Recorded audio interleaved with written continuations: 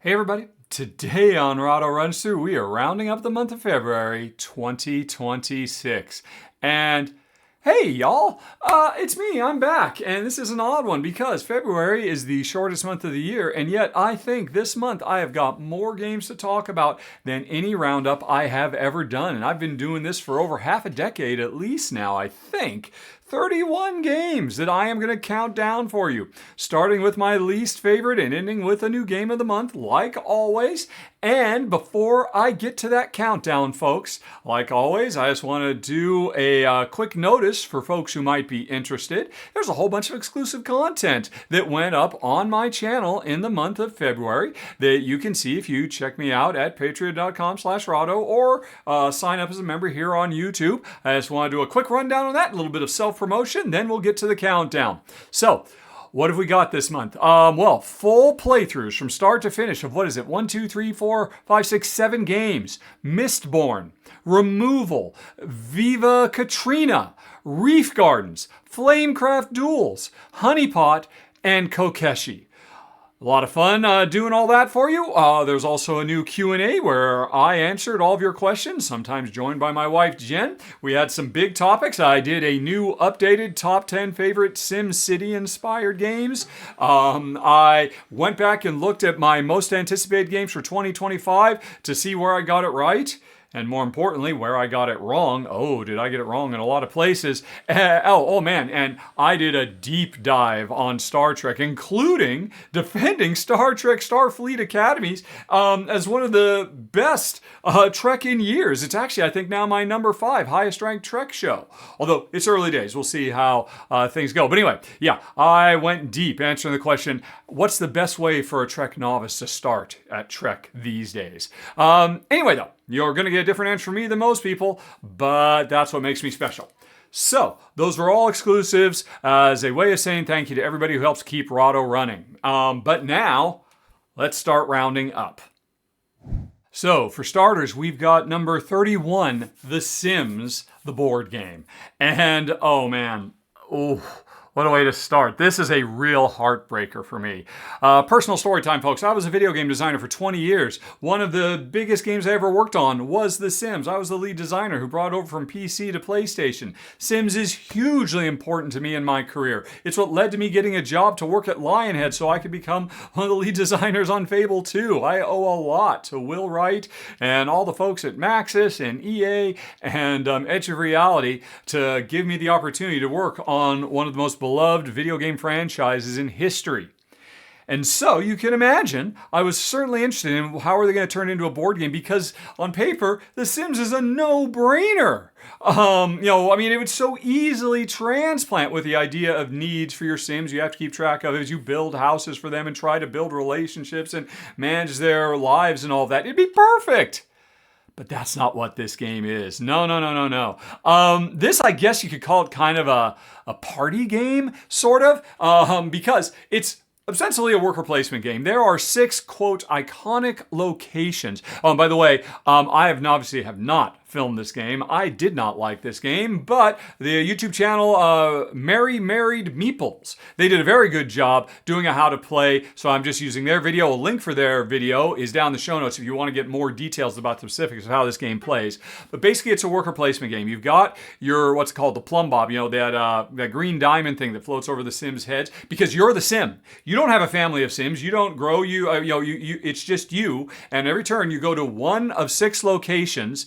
Going there will make you drain a need, which means you'll have to refill it eventually, which I guess is kind of Simsy, although it's weird. Why does going to a restaurant make me suddenly hungry and then I have to go home to refill it?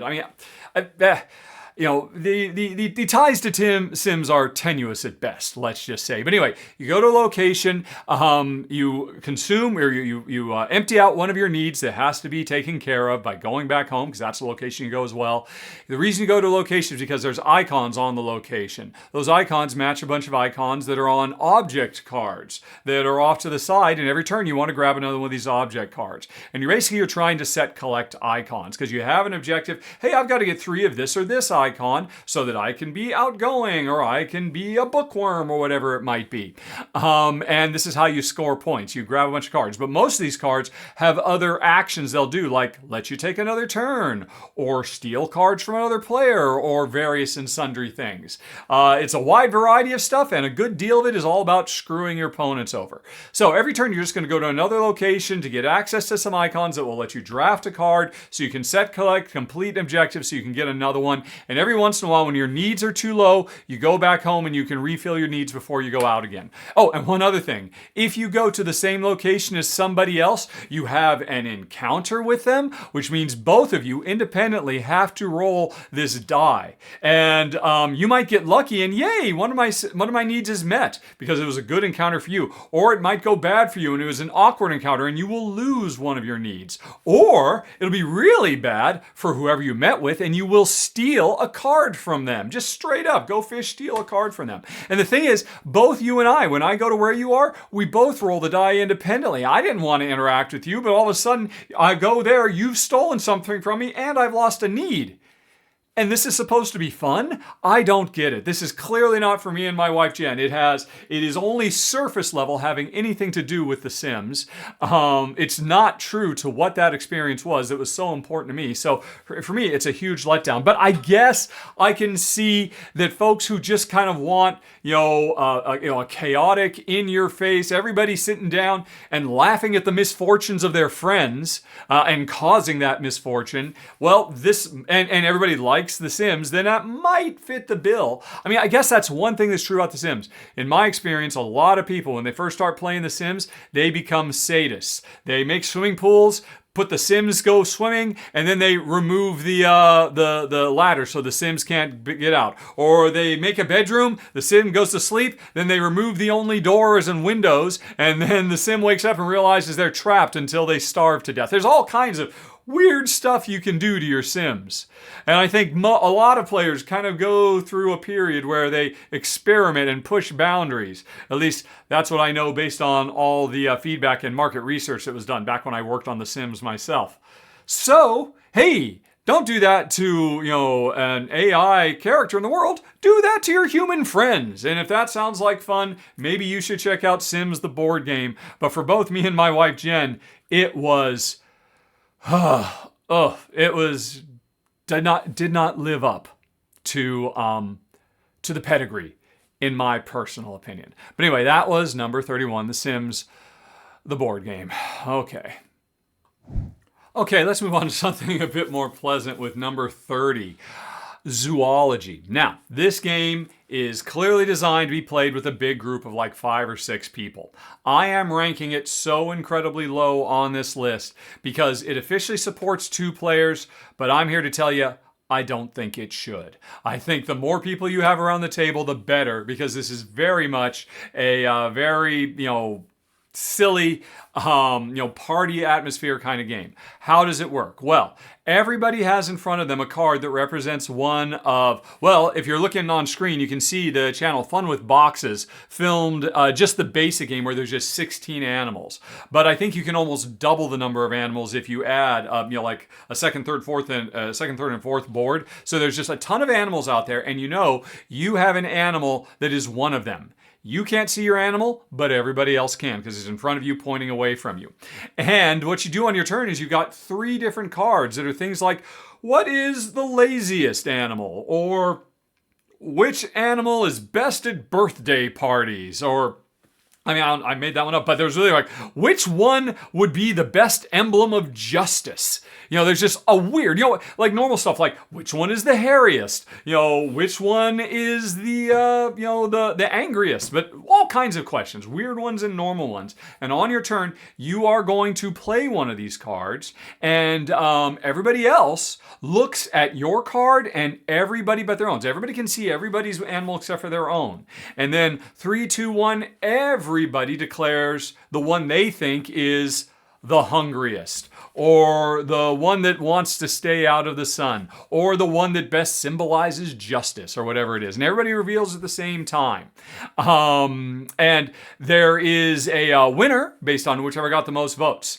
And that is interesting information for whichever player has that animal. Because then that player goes and says, oh, there were 6 people who were playing. 4 people agreed that I have the hungriest animal. Do I have the hippo? Do I have the hungry hippo? Because I can't see the hippo, and I can see what everybody else has, and I can see what else is available. So I need to start thinking about which animal is mine. So you're asking a question that can hopefully let you learn more about your animal, but everybody has the potential to learn about their animal. And then you draw another card, and it keeps going around, and everybody is racing to be the one to say, I think I know what my animal is, and they take a guess, and if they do it, they score some points. If not, it's no big deal, and it's just a race for points. It's a very simple game.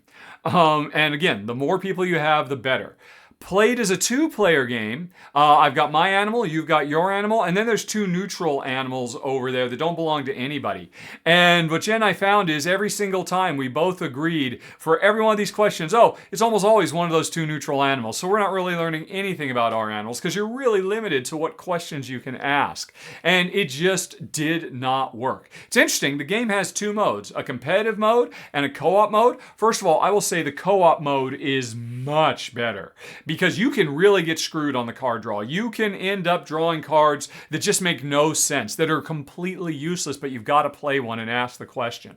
Whereas in the co-op game, everybody's working to, successfully, before time runs out, everybody has to figure out their animal or everybody loses. So everybody's more invested in trying to ask questions that can help everybody around the table figure out what their animal is. So there's a little bit more strategy and a little bit more esprit de corps. It's just a better overall experience. Or at least I assume it would be.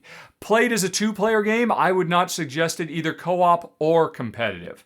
And so that's why it comes in at the bottom of my list. It's charming. I think it would be a lot of fun for kids. A lot of the questions are very silly. A lot of them simply make no sense. You'll look around and say, well, none of these animals fit this bill. I don't know how to answer this question. But the more players you've got, the less likely it is to break down. And so that's why I would only recommend this as a high player count game. Whereupon, I think I might enjoy it with the right group. But as a 2-player game, I say no. It is number 30 of the month, Zoology. Alrighty. Moving on to number 29, we have Pulitzer. And I was very excited about this one because of the central gimmick, which you can probably see on screen right now. Here's a video from the In Focus series on Board Game Geek. This is one where we are newspaper reporters trying to win the Pulitzer by reporting on all kinds of high government crimes. It's set around the Watergate era. It never says we're specifically reporting on anything in particular, but you could take a guess at what we're writing about. Anyway, though, it is a worker placement game where we have a set of 5 reporters, if I recall correctly, numbered 1, 2, 3, 4, 5. And every round, we're going to take turns deploying our workers to different sections on the main board, which is a very cool board, long vertical one that represents the newspaper building we work at. So we're sending them to different departments, including out on the street to whip up leads and write the article itself, or down to the distribution area where we can make more money by selling the papers and get more, trust from the public. But there are special powers we can activate that will modify the other sectors. There's stuff you can do like get extra workers for a round, and you can level yourself up. All kinds of worker placement-y stuff. And all this is very nice. But the twist is our reporters are numbered 1, 2, 3, 4, and 5. We put them face down, and it's not until everybody has deployed all their workers that we flip them back face up. So it's kind of like worker placement with blind bidding to see who will get to do a thing first, who will get access to better rewards. And we've seen this in a bunch of games over the years, like Lock Up and plenty of other ones. It generally is a system that works very well, and I think it works great here. But that's not what's really cool about this game. When you do the reporting action, which means you draw a certain number of cards that represent the subject and the lead for your story you're writing, you go to your own personal conspiracy board. Just like, the meme that everybody's seen of Charlie from Philadelphia, that you're trying to mark certain subjects in certain columns and then connect them with a literal piece of string. And the bigger the connections you can make, well, the better the writer you have, the longer connections you can make between the things. Everybody has their own goals that they're trying to hit certain spots and make certain patterns.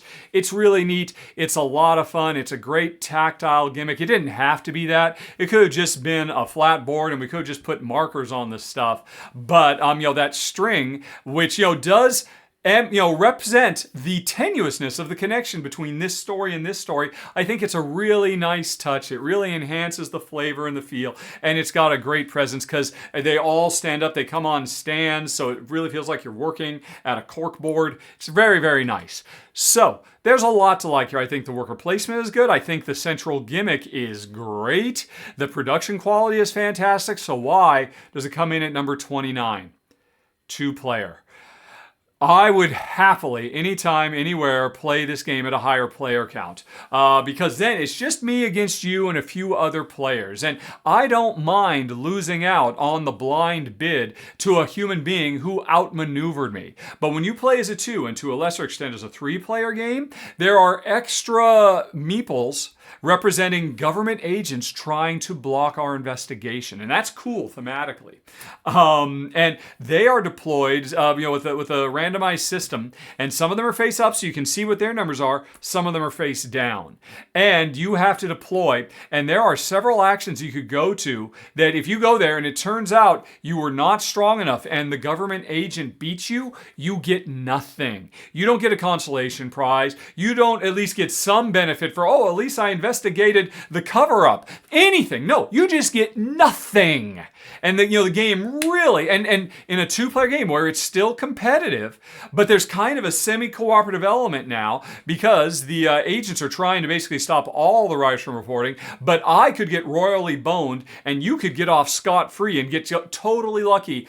It is way too much swinginess to this game for me and Jen. We found it very, very frustrating. Again, I don't mind losing a blind bid to a human, but just to dumb random luck, and it didn't happen to you, but it did to me, I did not care for this system. Now, if they had done the tiny bit of extra work, because they were almost there, they could have very easily turned this 2-player mode into a full co-op experience, where I'm working 100% with you to beat the government agents. Then I don't mind if luck totally screwed me, because it screwed me and you. We're all working together, and maybe you'd be able to help me out, or something like that. But they didn't do that. They turned the 2-player game into a semi co-op game. And it just entered, just really brought the game overall experience down for me. It's just the game can brutally favor one player over another through just random misfortune, and the game did not need that. If it had been a co-op, it would have been something completely different. If they just would have said, hey, you know what? All the government agents are always face up. So it's more just like, the other players went, they're powerful, and we just have to work around them. That would have been fine too. It's the, haha, gotcha! You achieved nothing this round while your other player screams ahead. Are you having fun yet? No, I was not. I did not care for that. There were a lot of different ways the developers could have approached it, and fingers crossed, somewhere down the line, they will revisit this, because I think all the raw mechanisms are here to turn the 2-player mode into a really great co-op, or at the very least, come up with alternatives that takes away the brutal, unfair swinginess of the 2-player experience that really brought down this game. If it weren't for that, if I were rating this as I haven't played a higher player count, but I suspect I would enjoy it much more and it would come in much higher. But as a 2-player game, Pulitzer sadly comes in at number 29 of the month. All right, moving right along, we've got number 28, Thiefdom, which I have not covered, but here's a video from Slicker Drips. Tom Heath did a great job capturing the feel of this game, and I gotta be honest, I knew going to this game I probably wasn't gonna be for me and Jen, but I still had to try it anyway because it evokes in me a great sense of nostalgia. Back in the classic age, the late 90s, when there was a boom in stealth-based video games like Tenchu and Thief and Metal Gear Solid, and heck, even my own siphon filter. It was like an explosion of, a renaissance of stealth gameplay. And this game promised and delivered to capture that feel in cardboard form. This could have almost been Tenchu, the board game, except it's set in medieval instead of Asian area where we're not ninjas, we're just more traditional thieves. I guess it's closer to Thief, Dark, whatever it was, Dark Project, I think. Oh man, I used to play a lot of video games back in the day, back when I used to make them. But regardless, this is a game where players each control a team of thieves that are sneaking around back alleys, using all kinds of cool thematic thief equipment to skulk around in the shadows and rob from rich people and stay one step ahead of the guards. Heck, even rob from the guards if you can pull it off. Pull off daring escapes into the catacombs only to pop up in another part of town and invest all your stuff to upgrade your character and get cool new tools of the trade and score victory points. And that's what it offered, and it totally delivers that. Incredibly thematic game. There's a lot to like here. I think there's going to be people who really, really dig this game if they like pick up and deliver. And that's my one problem. This game is so pick up and delivery. Such a huge portion of it is, hey, I forget what it is. I think each of your people gets like 3, maybe it's 5 steps. I forget how many steps you get every turn. And then you move them all, and then it goes on to the next night, and the guards move, and the merchants move, or the nobles move, and then we all get to move again, and occasionally we get to force the other characters to move around. We can even force the guards to move away from me and over to you, so you get caught, haha, and you get thrown into the clink. But don't worry, you'll break out and you continue thieving. You just lost some of your ill-gotten gain. But it's all about, I need to go break into this house over here and steal this stuff, and then traipse all the way across the board to deliver it to this merchant, this black market dealer on the other side, so I can score my points. And then, now from there I got to go over to this guy and steal from him to take it over here. And while I loved the sneaking around feel and and again the thematics of all the tools you can get and level up with and the characters, it's all great. It is still a game that is 99%. Okay, I just gotta, over the next 3 turns, I gotta move 24 steps.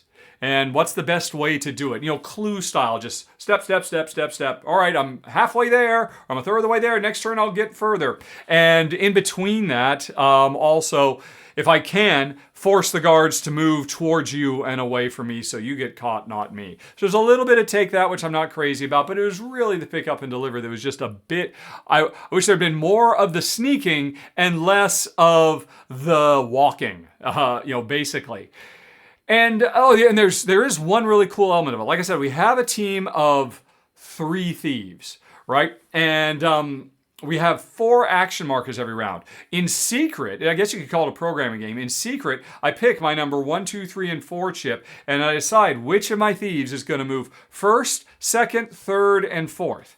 But you say, you only have 3 thieves. Why are there 4? Because the 4th thing I can move is the guards. So as I look at the board at the beginning of the round, I see, oh wow, I'm about to get nabbed. I better either have that guy move really quick away from the guard, or my first move could be to move the guards. Because every round I get to move my 3 people and the guards to either avoid detection or, ideally, in a perfect world, mess things up for you. And you are trying to do the same thing as me. I might say, I'm perfectly safe. The guards aren't going to move until the end of the round. I don't have to move really quick, except I can never be sure that you aren't going to make moving the guards your number 1 or your number 2 action. So that's where I need to be afraid, because we're basically hunting each other. Like I said, it's very thematically appropriate, and for people who like pick up and deliver, where players, in between thinking about how to most efficiently pick up and deliver, we're also hunting each other.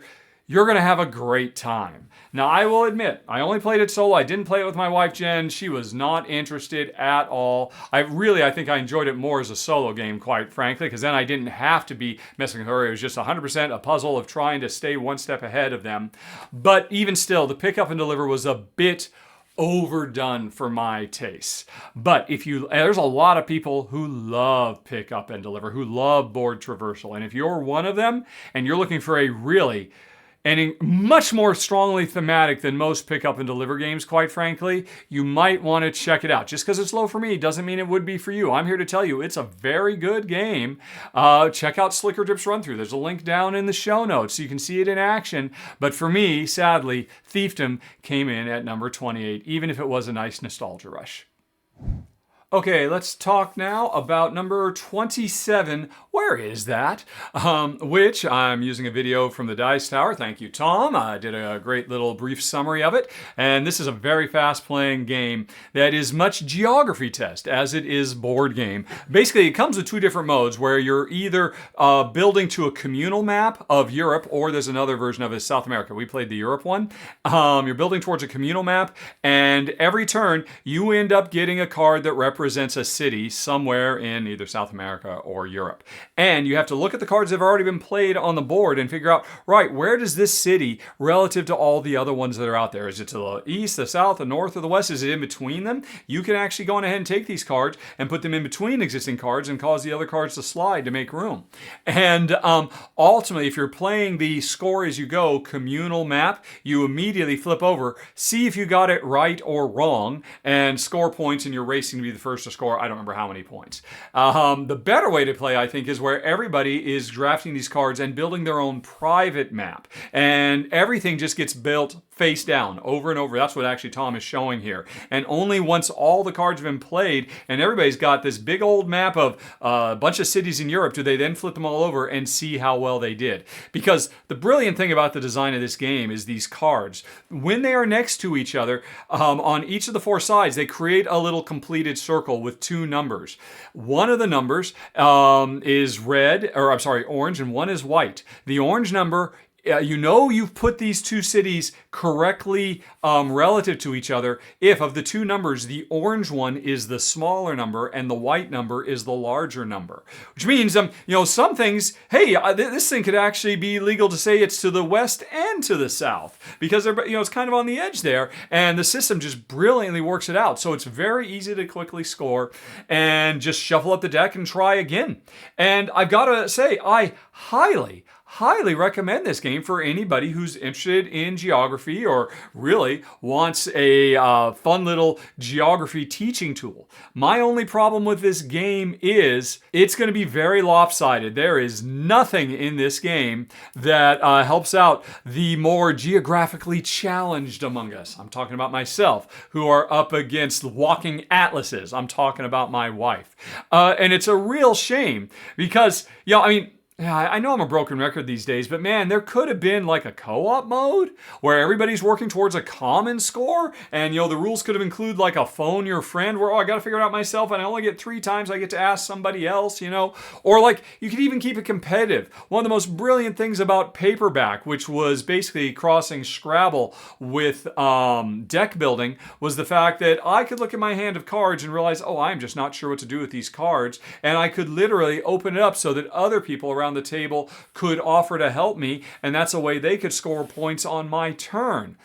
Something that brings people together because, if you've got a bunch of people who all know some of it, but nobody's particularly good or better than anybody else, I think everybody's going to have a good time. But if you have somebody, if you're in a situation where there are people who really know their stuff, the rest of the players might not even show up because there's no leveling field. There is kind of, because there are these additional cards you can throw in so that instead of cities, you're actually talking about monuments and whatnot. And so they're a little more esoteric. So in theory, but that's just pure luck. You could just get screwed by luck and the person who was already struggling gets all the tough cards and the people who knew it really well get all the easy cards because, some cards are easier than others. Moscow is east of London. Everybody knows that. I don't think Moscow's in. No, I think maybe there were some Russian ones. Anyway, as opposed to, 2 cities in Baltic states, I don't know. Unless I was from there or unless I had really strong knowledge. So I like it. I respect it. I think it would have really, really great use cases. It's a wonderful teaching tool. I don't think it was actually presented in a way that works well for me and my wife, which is why, sadly, it comes in at number 27. Where is that? All right, let's talk about number 26, Clans and Glory. And I'm using a video from the great channel Ludovox. They always make things look so good. Link for their video down in the show notes below. Anyway, what is this? This is, again, it's a very clever, puzzly, Euro-y area dominance game. Basically, you've got a series of seats at a clan gathering in the Scottish Highlands, and you've got a handful of cards that are numbered, I want to say 1 through 9, or maybe no, I think it was like 3 through 9, or maybe it's 3 through 7, 3 through 7, 3 through 8, 3 through 9, something like that, in, if I recall correctly, 4 different suits of colors. And on your turn, you're going to take one of the cards you've got and play it into any of the seats anywhere around the board, but there are some restrictions. When you're putting adjacent or opposite across the way from existing cards, you have to match the existing cards either by number or by color. So, hey, there's a 7 over there. Well, I could put a 7 across from it. Oh, it's a red 7. I could put a red 3 across from it. And so that's the big constraint as more and more cards get played. And as more cards are out there, the more tight and constricted it is to get the cards played.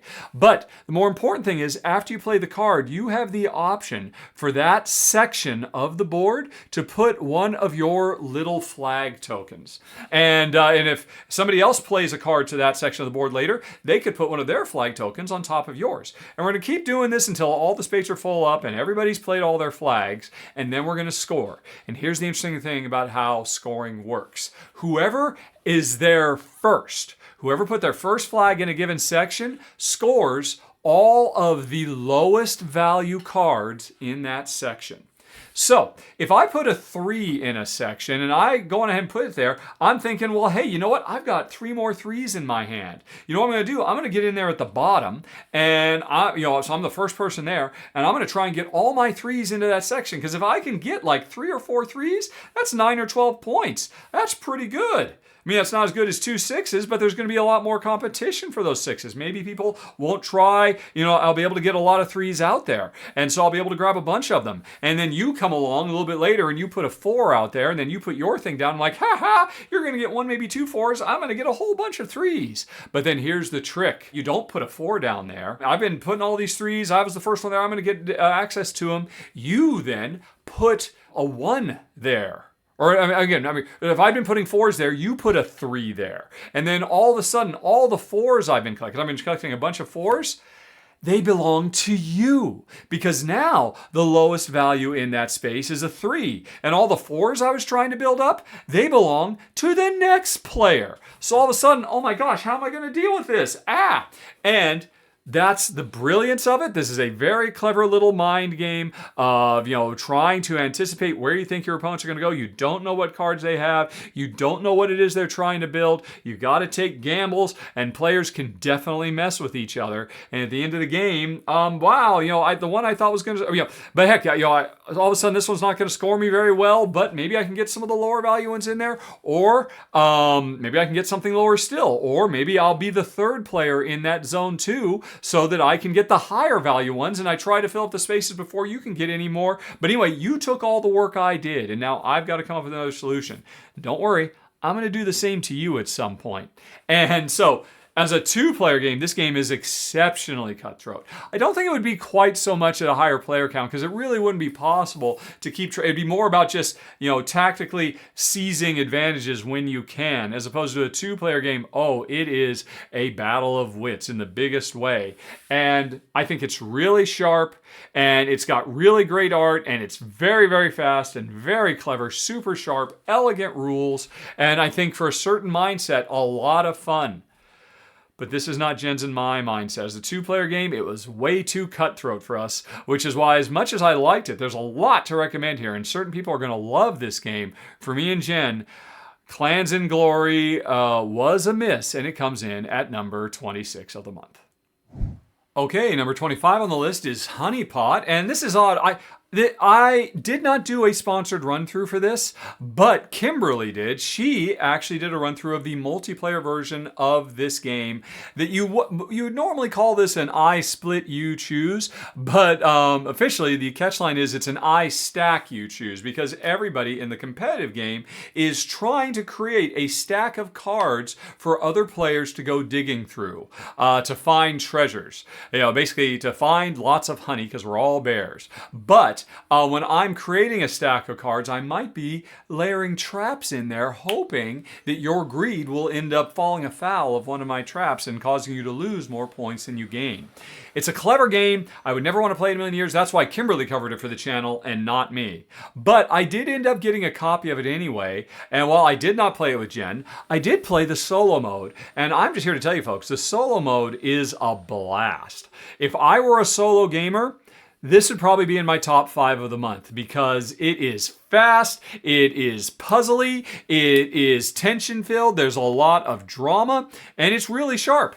But I am rating it. Would I want to play this with my wife, Jen? That's how I rank all my games. And the answer is no, because again, it is a very aggressive, in-your-face trap laying game where everybody's trying to outwit each other and outsmart each other. So it wasn't a good fit for me. But I can say it's a great solo game, and you're going to see a sponsored preview for it coming on the channel very, very soon. And yeah, I was very impressed by it as a solo game. It's just I'm not a solo gamer, which is why Honeypot came in at number 25 of the month. Alrighty. Okay, let's go on to number 24, Dorfromantik Light Luggage. I was definitely interested in checking this out because I really liked Dorfromantik, the board game, which, in case you don't know, is a cooperative tile layer based on, I guess, a very popular series of video games.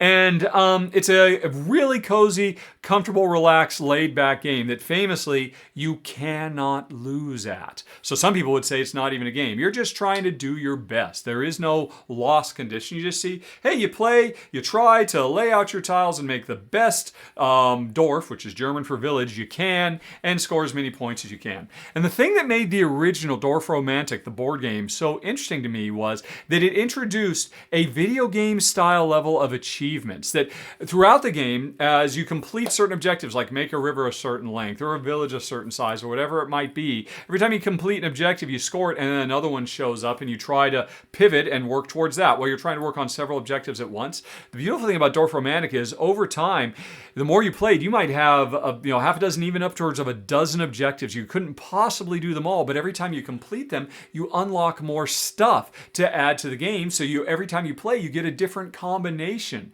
And it was this really wonderful ecosystem of the game evolving based on your skill and your accomplishments, your achievements. I thought it was great. So, Light Luggage is basically a travel version of Dorfromantik. All the tiles have been shrunk down. I would say I don't know exactly, I'd say they're 30% smaller. The box itself is a tiny little box, so it's easier to play wherever you want. It doesn't take up much table space. It plays very, very fast. And it's the exact same cooperative, hey, I draw a tile, pick where it goes, then it's your turn. You draw a tile, pick where it goes, and we're just collaborating to make the best thing we can, completing objectives along the way. And so, there's a lot to like here. Here's the problem for me, though. It excised completely the achievement system. It has left that aside. Instead, it replaced it with this idea that every time you play, you want to score progressively more points than the previous time you played. Because if you can, so it gives you, I guess, more of a directed objective to try to do. Hey, every time I play, the only thing I care about is scoring more points than the last time I played. Because if I do, I will unlock another envelope, and those will be new types of tiles that will mix it up. Eventually, though, you're going to unlock everything, and then you've got it all, and then you still just keep playing, try to beating your best score. And that's unfortunate. If that had been what the original Dorfromantik was, I would have said, oh, this is a nice cozy pastime, but it's not for me. I don't want to keep coming back. I want to keep coming back to Dorfromantik because I wanted to open more envelopes. I wanted to see more combinations of a wide variety of special power tiles and mixing and matching those with objectives and stuff. In this game, it's really simplified and streamlined. It plays much faster. It takes up less space because you can travel with it. It's light luggage. Just throw it in your bag and go with you on vacation. And it's still a fun game, but just not as compelling for me to come back game after game if my only real goal is to beat a high score table. I wish a little bit more of what made the original so special had a little bit. There is some achievement locking. There's one envelope you can unlock once you reach a certain point threshold, but it wasn't quite enough for me. Now, if you really love Dorfromantik, it's worth checking out because if you love it less about the constant chase to unlock more achievements, if you just more like, I just like chillaxing with my friends and making a lovely little village, that's still here and it does that very well. But it just doesn't have that compulsive drive, at least not for me and Jen, which is why it came in at number 24, Dorfromantik Light Luggage. And I should say before I go, thank you very much to Should I Buy This Board Game YouTube channel. They did a nice little summary of the game, answering the question in their opinion, should I buy the board game? Well, if you'd like to know what they think, their link is down in the show notes so you can see this in action.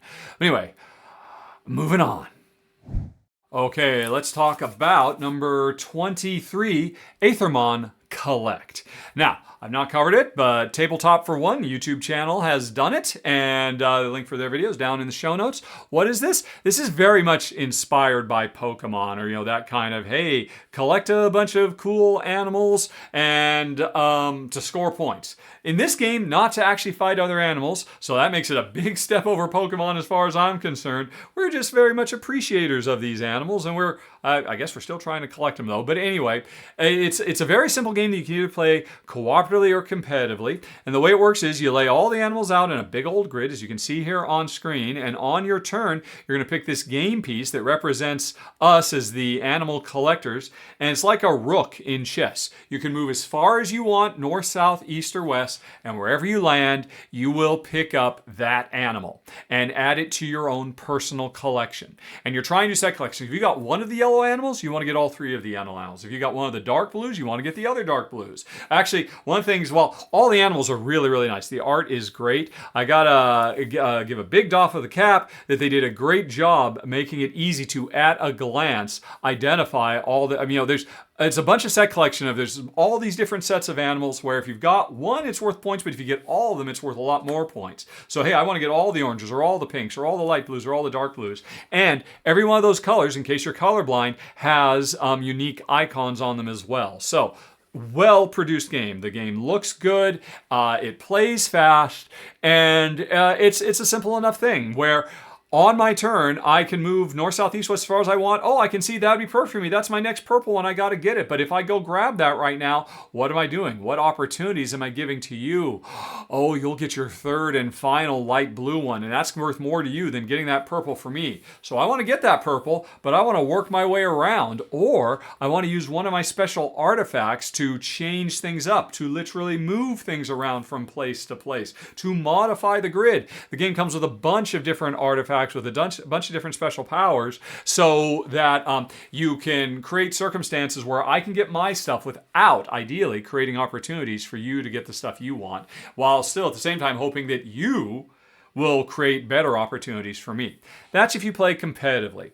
And the thing is, the competitive did not work for me and Jen because you spend, as a two-player game, I should say, so much time spot checking your opponents, spending so much time trying to ensure you do not give an inch, give them more than what you're going to get. And I found ultimately it really kind of drug the game down, how much time I was studying Jen's cards and my own, and it just kind of bogged it down, which is why I was very excited there's a co-op mode instead, which is much better because in that mode we've got to collect them all, but once I've collected a light yellow, only I can pick up the other light yellows, and only you can pick up the greens because you've started collecting those greens. And so we've got to get them all, but we've got to puzzle out together how we can most efficiently move around. And now I don't mind the fact that I'm paying attention to you because it's in both of our interests that we're communicating, saying, okay, I really need to go over there because if I can get that'll, all that stuff. So I think it's a much better co-op game than a competitive game, and I'd much rather play that way. All that said, I have one big problem with the co-op game, unfortunately, and it is that those artifacts I was talking about earlier that have all the cool powers that let you manipulate the board and do all kinds of things, They are left out of the co-op game. No, and I don't know why. They could have increased the co-op difficulty, made a harsher timer so we have less time to score everything, and then given us the artifacts so we can use them to puzzle our way through it. If that had been the case, this would have gone much higher because I love the look of it, and it's just a very tiny box, just a bunch of cards, and that one nice looking token that you move around. But the competitive game, there was too much effectively hate drafting or hate movement so that you could get the cool powers. But then if you played the co-op, which was much more fun, the powers went away, and I'm not quite sure why. I bet you anything there's probably a variant that would let you go on ahead and play the co-op with the powers. Maybe a couple of them would have to be taken out because they're very much in your face messing with other players. But that was my big issue, and it's that combination of design choices that unfortunately brought Aethermon Collect in at number 23. I can imagine for other people, especially if you play at higher player counts, I think the competitive is going to be a lot more engaging. And I think the co-op would too, quite frankly. But as a two-player game, I was left, it wasn't quite what we were looking for. Sorry, Aethermon, the Collect, number 23. All right. Let's move on to number 22, Fintastic Sea. And we've got here a video from Better Half Reviews, who did a very nice summary of the game. Link for it down in the show notes. Thank you very much, Allison. What is this game about? Well, we are trying to repopulate corals by introducing various wildlife to create the most harmonious ecosystems. And we do that by taking our hand of cards full of all kinds of colorful fish, valued anywhere from 1 to 9, I believe. And on my turn, I'm going to take one of the cards in my hand and play it out to this big grid of fish that are already out there surrounding the central coral card. And whatever my fish is next to, hopefully, is smaller than what my fish is so that my fish can eat the adjoining fish. If I play a 5 down and there are any fish next to my 5 that are lower than 5, my fish can eat one of those. And if I do, I get to claim that card and either put it in my ecosystem, i.e. scoring pile, or my reserve, i.e. special power pile. And then my turn is over. When it comes around, I'm going to play another one of my cards, and hopefully, wherever possible, I'm trying to have, if I've got higher value cards, then I'm trying to set collect in various ways. Every time you play, there's going to be different scoring metrics, whether you're trying to score straights or you're trying to get all odd numbers or all kinds of different things. So I'm either trying to collect fish to put into my scoring pile based on this game's unique combination of scoring metrics, or if I grab a fish that isn't good for scoring, I put it in the special power, because once I've got a pair of that fish in my reserve pile, I can discard them to activate that fish's special power that will do all kinds of interesting things. The game comes with 9 different fish and 9 different special powers. Also, the fish all have a special power that happens when you first play them. So the fish have a power when you play them, in addition to hopefully eating something else, so you can score or power it. And then when you collect them, you can get different, usually more powerful special powers as well. And then at the end of the round, after everybody's played their fish and a whole bunch of fish that were there have gotten eaten, there's now new fish that we've placed out there. The tides, which every round the tides are going to change from going south to west, then to north, then to east, and the south. They are going to push all the remaining fish. Some fish will get pushed too far away from the coral and they are forgotten, and then we refill the area. We draw a bunch of new cards and we continue trying to fill up our 2 separate piles by smartly playing cards to activate their powers. And of course, as you might guess, the higher the value of fish you play, the worse its power is. Because its main power is, there's a lot more fish I can eat. If I play a 7, it's much more powerful than a 3. It can eat a lot more fish out there, right? But a 7 doesn't have anywhere near as good a special power that it can activate. And so, that's my one problem with the game, because that's the fundamental design. That a 1, which can't hardly eat anything at all, should have the most powerful power in the game. And a 9, which could eat anything, has the weak. Now, the high value, I would say the powers do generally get weaker. My problem is the number 2 card. the sardines. Because the sardines, which should be the second most powerful special power in the game, in a 2-player game is practically useless. And I'm not sure, I didn't actually count the cards, but I got the impression there are more sardines than anything else out there. There are so many sardines. The special power of the sardine is it can't do anything. When you play it, it doesn't do anything. But if you play it next to another sardine, it goes from being worth a 2 to the 2 sardines count as 1. It's like you create a school of sardines. If there are like 3 sardines adjacent to each other, that's a 2, a 2, and a 2, and then I put a sardine next to those anywhere, then the sardine I just placed is an 8, which means it could eat the biggest of fish. And it's also very, very hard for it to get eaten. So a school, the bigger it gets, the more powerful it gets. And like I said, 2s are very common. You can eat a lot of sardines. And here's the problem. In a 2-player game, the reef structure that these fish come out onto is very small. And when Jen and I played it, we found there didn't tend to be a lot of sardines next to each other. And if you start a round and you're like, oh, I've got sardines. Oh, there's no sardines out there. Well, it's very unlikely this sardine will get to eat anything. So how about I just waste a turn and do nothing? And I don't think that would be a problem at a higher player count because there's literally twice as many corals. There's like 30% more fish out there. And those low value fish will have a greater opportunity to do what their cool power is. And the problem with this game is if you play a card, there were many, many times. It's not just the sardines. There could definitely be circumstances where, oh, I've got a 5 and there's literally nothing I can eat. And the 5's power is just not going to work in this case because I think the 5 was the one that's the puffer fish that like knocks things into the coral. And there's nothing that can get knocked into the coral right now. So, but I have to play it. I have no choice because there's no consolation prize. There are many times that I found while playing this as a 2-player game that I've got cards where I'm literally just wasting my turn. There's nothing I can do with them because of the circumstance of the board. And that wouldn't happen at higher player counts because with more players, there would be more fish out there. There would be more fish appearing, more fish disappearing. There'd be more literal churn and there would be greater opportunities to use all the fish. But in my experience playing it with Jen, as a 2-player game, there are often circumstances where you will have a frustrating turn or two because, well, I'm not getting anything done because of the random card I drew, and I just wish there was something you could say, hey, you know what? I would rather not play a card, and I would just rather just put this in my reserve pile.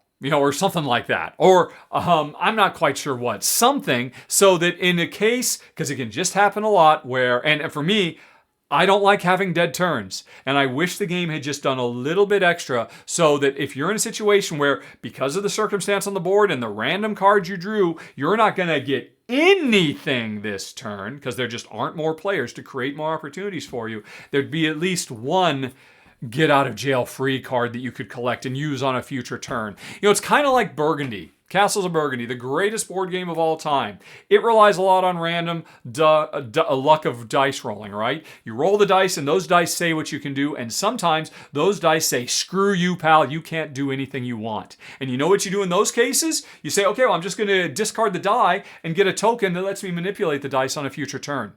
This game needs something like that.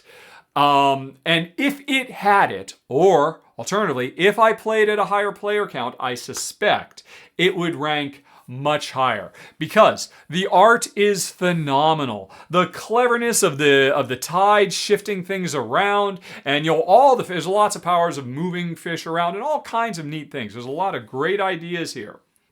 A lot of cool, neat powers. And again, the sardine power is really, really neat if there's enough opportunity for it to evolve. If you're in but plenty of times it could be useless, which is why there just needs to be that little something extra that could have taken this out of, what did I call it? This is my number 22 of the month.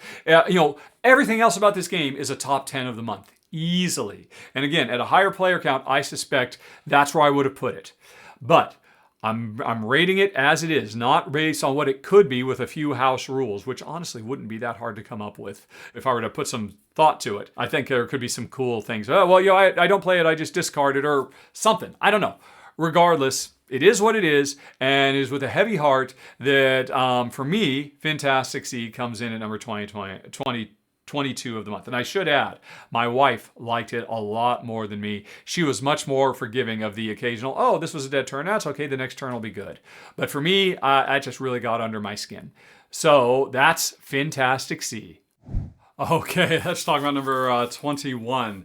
The most unique and quirky game I played this month, Bricolage has. Or I think its full title is Kikai Bricolage has. I think it was originally called Kikai, but then it got re-released as Bricolage Hedge, so both titles work. But what is this game? This is, first of all, it's a game I haven't done a run through for, so I've got a video from Ludovox on screen right now. A link is down in the show notes if you want to get a closer look at their video. But this is basically answers the question, what would it be like if Martin Wallace's Brass had been set in modern day where instead of making a rail empire, we are trying to develop an urban art scene, and it's for 2 players only. It's the weirdest thing. This is definitely Brass for 2 players, but instead of spending all our time trying to build up a route of rail lines so that we can pick up goods and move them to processing facilities and then ship them overseas for income and points and all of that, we are deploying fans who will set up flyers all over town. The flyers that are at all kinds of intersections along all the routes, those are your rail lines that different players own. And the tokens out there on the board don't represent industrial goods waiting for processing by being delivered to major cities. Those are art fans that you want to have travel via the flyers, because the flyers tell them where to go, want to travel to the different districts where we haven't been building up cities and processing arenas and all that kind of stuff, or factories. Instead, we've been erecting beautiful art sculptures made out of cast-off refuse, garbage, that's been turned into works of art. So, we are, and we're doing all of this using a card system very similar to Brass, where I've got these cards and, they are tied to the different regions of the board, and whichever card I play says, oh, that means this round I have to work in that region, even if I don't want to. Whether it is in that region, I'm going to not expand more rail, but instead deploy more flyers, not build more factories, but instead make more art sculpture, not transport goods to my factories, but instead attract fans to come see my art. And then I'm not going to take those things and then ship them overseas. I'm going to put on an exhibition of my art once the people have come, so I can convert them into points and income. It's amazing how one-for-one everything is. Now, don't get me wrong, I mean, there's still a lot of differences with this game. The way the different regions have different bonuses that were randomly set up for actually creating the, not factories, but art installations in the different areas. The art installations themselves have this very, very cool thing where you're making these tall towers that are potentially, because you're making statues. The first one you put down is the feet, then there's the body, then the head. They're 3 tall, and they have lots of different information about how you build them and what bonuses you get when the fans first come to see them. But then after you put on the exhibition, the fans go away. And there's even the stuff of pulling more stuff out to increase your... It's incredible. All of it driven by a very, very similar, hey, my hand of cards says where I can actually do the work. And so I've got to work wherever I'm permitted to. And it's not a sepia-toned, Victorian era game. It is a bright, vibrant explosion of modern day color, and it's lovely, and it works. It's really impressive. It plays in half the time of Brass. It's easier to teach. Although there are some quirky oddball rules, but hey, there's quirky oddball rules in Brass too that are incredibly hard to teach. So overall, it's a much more approachable game, easier to teach, gorgeous, and but still gets the same vibes. And it's a huge box for 2 players only. Maybe the biggest box I've ever seen this side of War of the Ring for a 2-player only game. So it is a really unique thing. Now, all that said, it does what it sets out to do beautifully and brilliantly. It still comes in at number 21 of the month for me because, honestly, both Jen and I are over this kind of route network building, good transport optimization games. And while this game hides itself so it doesn't look like that, that is what it is. I got rid of my brass a long time ago and my railways of the world, and I'm just not interested in pursuing any of those kinds of games. Honestly, I went in not knowing that's what it was, but that's what it is. It's such a weird, kitschy approach. Remolding brass in a new way to make it more approachable with a completely new theme and doing a bunch of new cool modern twists as well. I think, and then again, making it only for 2 players. It's really an impressive thing. And if you love that sort of route generation, goods transportation, optimization, logistics puzzles, you owe it to yourself to try it out, because it's unlike any other one you've ever played, even if it is at once very, very familiar. It has a lot of the same rhythms, but a different feel. It's hard to describe. It's really, really cool. It's just the kind of game that Jen and I are not into anymore. Lots and lots of baby steps, lots of little turns to build up towards really big paydays. At the end of every year, you had to have reached certain milestones, or you'll really suffer, so it makes you work really hard. Clever in a lot of ways, just not our cup of tea. But I think for a lot of people, this could be their game of the year. And for those people, they have no idea, because it looks like anything but what it is. Do not judge a book by its cover. It is so unique, so fresh, so original in so many ways. It's number 21 of the month. Kikai, Bricolage heads. All right, folks, number 20 is kind of a bummer for me. It is Last Lantern, and I was very excited to give this one a go. And while I haven't filmed it, the YouTube channel Co-op Guild has. Here's their video, link for it down in the show notes. They did a great job showing off this this multiplayer, 2 or more, 2 to 4 player, cooperative, entwined drafting tile laying game. And that is a sentence that sounds like it was designed in a lab to appeal to me. I was so excited about this game. I love cooperative play. I love tile laying. I love entwined drafting. And heck, it's a limited communication game too. And I can enjoy a limited communication game also. So, why is it coming at number 20? Well, first of all, here's what it does. Every round, there's going to be, depending on the number of players, a certain number of tiles drawn from a bag. And players each have this little dial where we in secret choose which of the tiles we're going to grab for ourselves. And, each of the tiles goes in a pile that is next to little woodland critters that have different powers. So I might want a particular critter, and I'll just take the tile so I can get the critter. Or more importantly, I want that tile because it's going to be perfect fit for what I need to do in my section of the tile laying board, and I'll get a critter as well. And the critters do all, there's like, 4 of them, I think? Or no, there's 3 of them, and then the 4th one is wild that does all, duplicates what all the other ones do. So you're collecting these little critters for their special powers, but more importantly, you're grabbing these tiles, trying to create a path in a dark forest and fill it full of fireflies that will light the way so that we can get out of the darkness. And that means we are tile laying, polyomino tile laying from left to right. And if you look on screen, you can see in a 2-player game, well, half the board is covered up. And so there's only the tile placement spots for the first and second player up there at the top. If I'm the first player, I've got the first 3 rows. You've got row 5, 6, and 7, and then row 4 in between us, we are both allowed to build in that row. And so we're trying to grab the tiles that will fill our spaces most perfectly, most tightly, because as we move forward, we'll cross these thresholds, whereupon lit fireflies will show up. And we want those lit fireflies because basically, once we hit those thresholds, if there are any gaps in the spaces we're trying to fill, as we fill from left to right, we have to draw into a bag, and we're hoping to draw lit fireflies from the bag, because then they will go in those spots and everything's hunky-dory.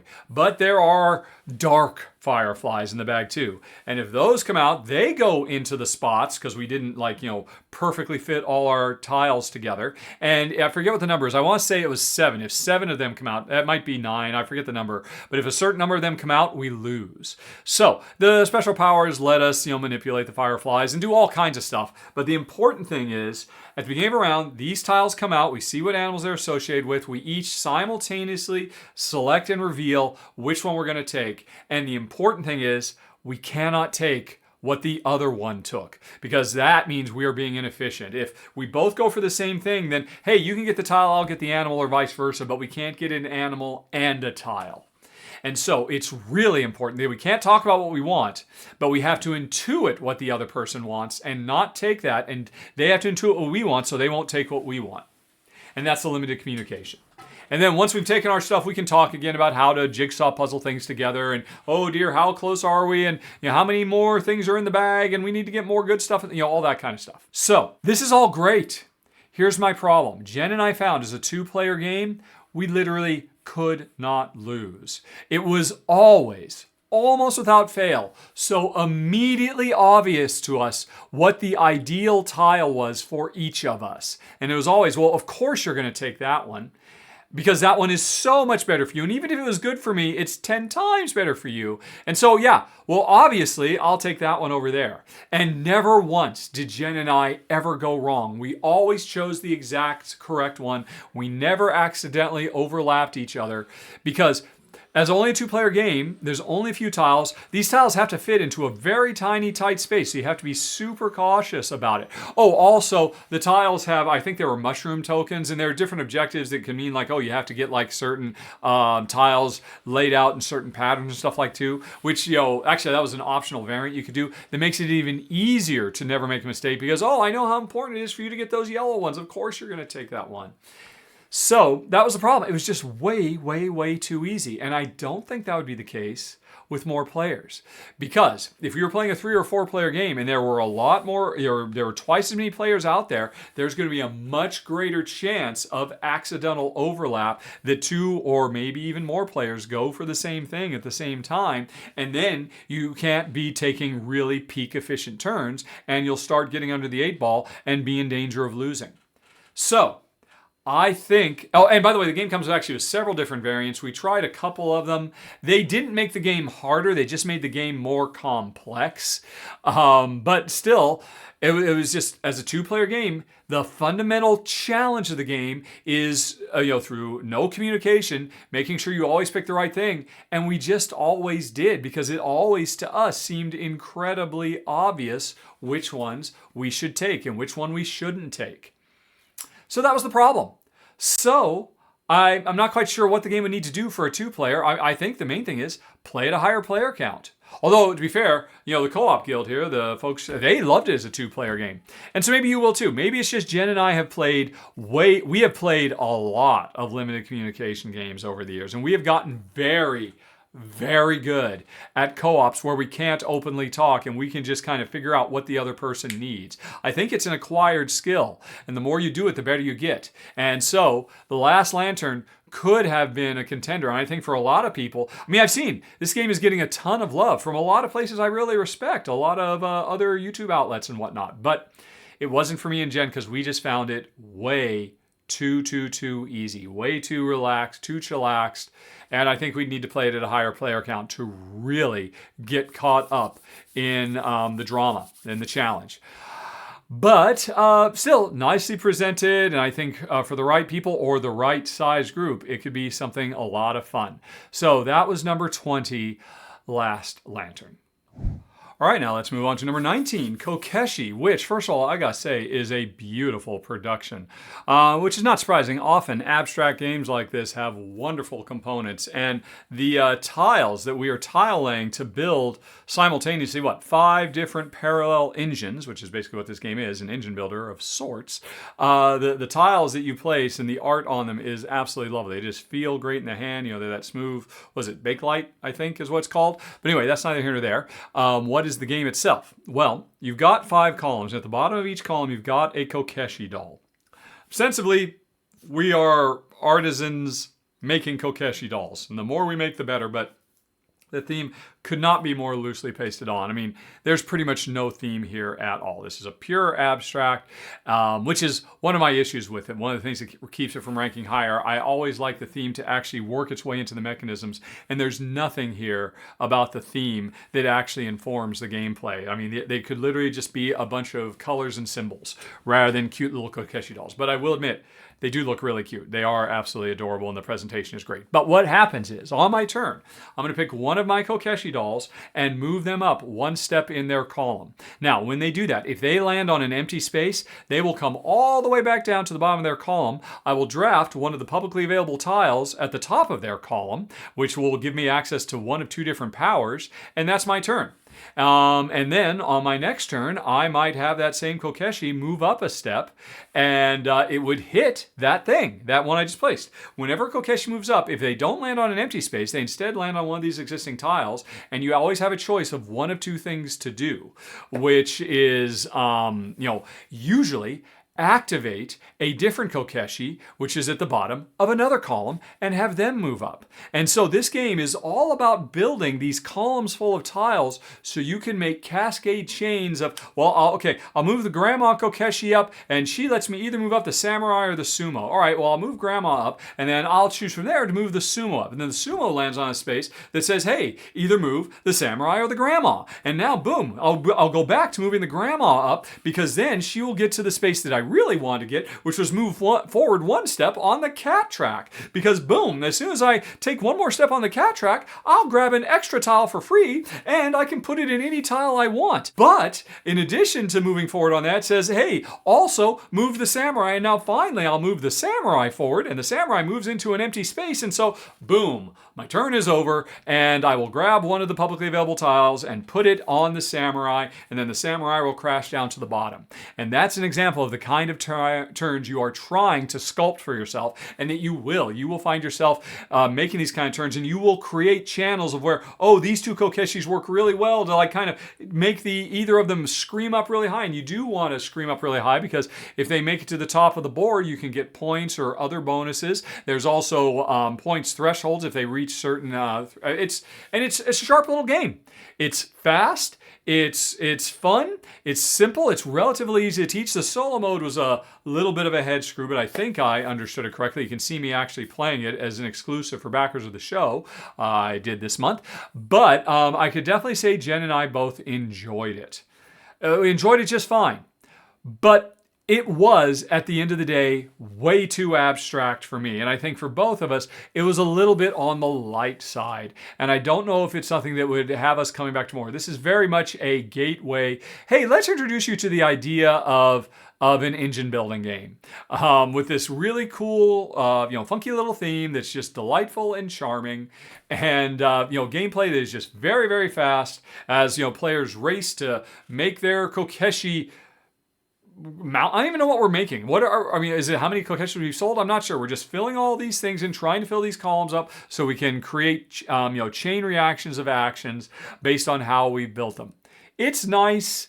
It's fun, but it's very abstract and it's very, very lightweight. And those two things combined are what keeps me from wanting to come back to it. But I can imagine if for Gateway fans or for Engine Builder fans who are looking for Gateway fare, they might very much enjoy number 19, Kokeshi. Okay, and now we are moving on to number 18, magazine. And this is one where we are trying to run a successful magazine by getting the best cover stories possible to score lots of points and make lots of money so we can get more stuff. And the way this game works is, first of all, every round, if I recall correctly, the game lasts for exactly 6 rounds. First of all, we do kind of a king domino thing where we take turns picking a spot on the turn order track. And the later in turn order we're going to go, the better a bonus we're going to get. We can get an extra worker if we're going to be really slow on turn order, or even a wild tile is the slowest. But if you want to go really fast, you don't get any bonus. And if you go kind of fast, you'll get points or money. So anyway, first of all, every round we work out what the turn order is going to be. And the quicker you get to go, the first dibs you get on stuff, the less of a bonus you're going to get. Then we start doing things. And there's 2 things you can choose from to do on your turn. You can do worker placement, which is actually putting the magazines together, publishing the magazines, or you can do tile drafting, which is kind of working on the stories for your magazines. Now, it costs money to draft tiles. They can be cheap. They can only cost a couple bucks. They can get super expensive. Like, oh my God, how can I ever have enough money to afford to write this one? But the thing is, once you take them, the stories take a certain amount of time to write. And basically, they will be completed in a certain season. Spring, summer, autumn, or winter. And you can see at the top of every tile, oh, if I start writing this now, I'll pay a lot of money for it, and it will not be ready for publication for 3 more rounds, because it says it's going to be ready in winter. That's 3 rounds from now. So do I want to pay a ton of money to get that and then just sit on it where it's not doing anything or almost nothing for me for all this time, and only in round 5 will it eventually kick in? Maybe, if it's really valuable, because the main thing you're doing with them is set collecting, trying to get a wide variety of, I think there's 5 different types of stories, and the more different sets you can collect, the more points you get. You'll get those set collections whether they flip or not. You'll score the set collection for them. But once they flip, once they become active stories instead of just leads on stories, they feed into the other half of the game, the magazine covers. Because remember, on your turn, you're either going to pay money to draft one of these tiles and then wait for it to be finished writing so it can be flipped and it can be fuel for the magazine. The other half is, by default, everybody has, I want to say it was 2 workers. Right, you have 2 workers, and you can deploy them to the different magazine covers. And every round there's going to be 6 magazine covers, and each one has 2 different worker placement spots. One of them is you put the worker there, you just get something right now that you probably need desperately, like some money or some tiles or any number of things. So you either put a worker on the spot that says, give me something right now, or you put a worker on the spot that says, okay, don't give me anything right now, but let me actually take the card itself. Because at the end of the round, every card that has been claimed by a player will go into their own little personal magazine rack. You can have up to 3 magazines on the go at once. And what that means is these 3 magazines you've got at the end of every round for the rest of the game, they are going to give you money or points or various things or do various powers based on what stories you've written. So, if I've grabbed a magazine that says I want to write a lot of art stories, then you better believe I'm trying to grab the stories that are art, even if they're crazy expensive. If I look out there and I see, oh, there's some really cheap stories I could get really quick. Oh, and they won't take very long to write. They'll be able to flip pretty soon because I don't have to wait till winter. They're going to be ready in summer. Well, I look over at the magazines and say, okay, well, if I get those stories, which magazines will benefit from them the most? And that means I better go over there and get that magazine, but then what if somebody grabs the story before I do? Turn order is everything in this game. You always want to be first because chances are people are going to take the magazine you want or the stories you want, and you got to get in there quick. But if you go fast, that means you got really crappy bonuses and you're not going to get as much stuff done. So it's got a really nice balance there. And, it kind of, in a tiny, tiny way, reminds me of Keyflower, that, old worker placement auction game where I either put the worker on the tile to activate it or I put it off to the side to make a bid to get the tile later. This game is not as complex as Keyflower. It's, do I put my worker to get a power from it now, or do I take it so it'll give me power for the rest of the game, but only if I can write the correct stories and get them published as fast as possible. Because there's all kinds of special powers like publish stories early, all kinds of things. And that's the crux of the game. And it's a very good game at a higher player count. Once again, as a 2-player game, here's my problem.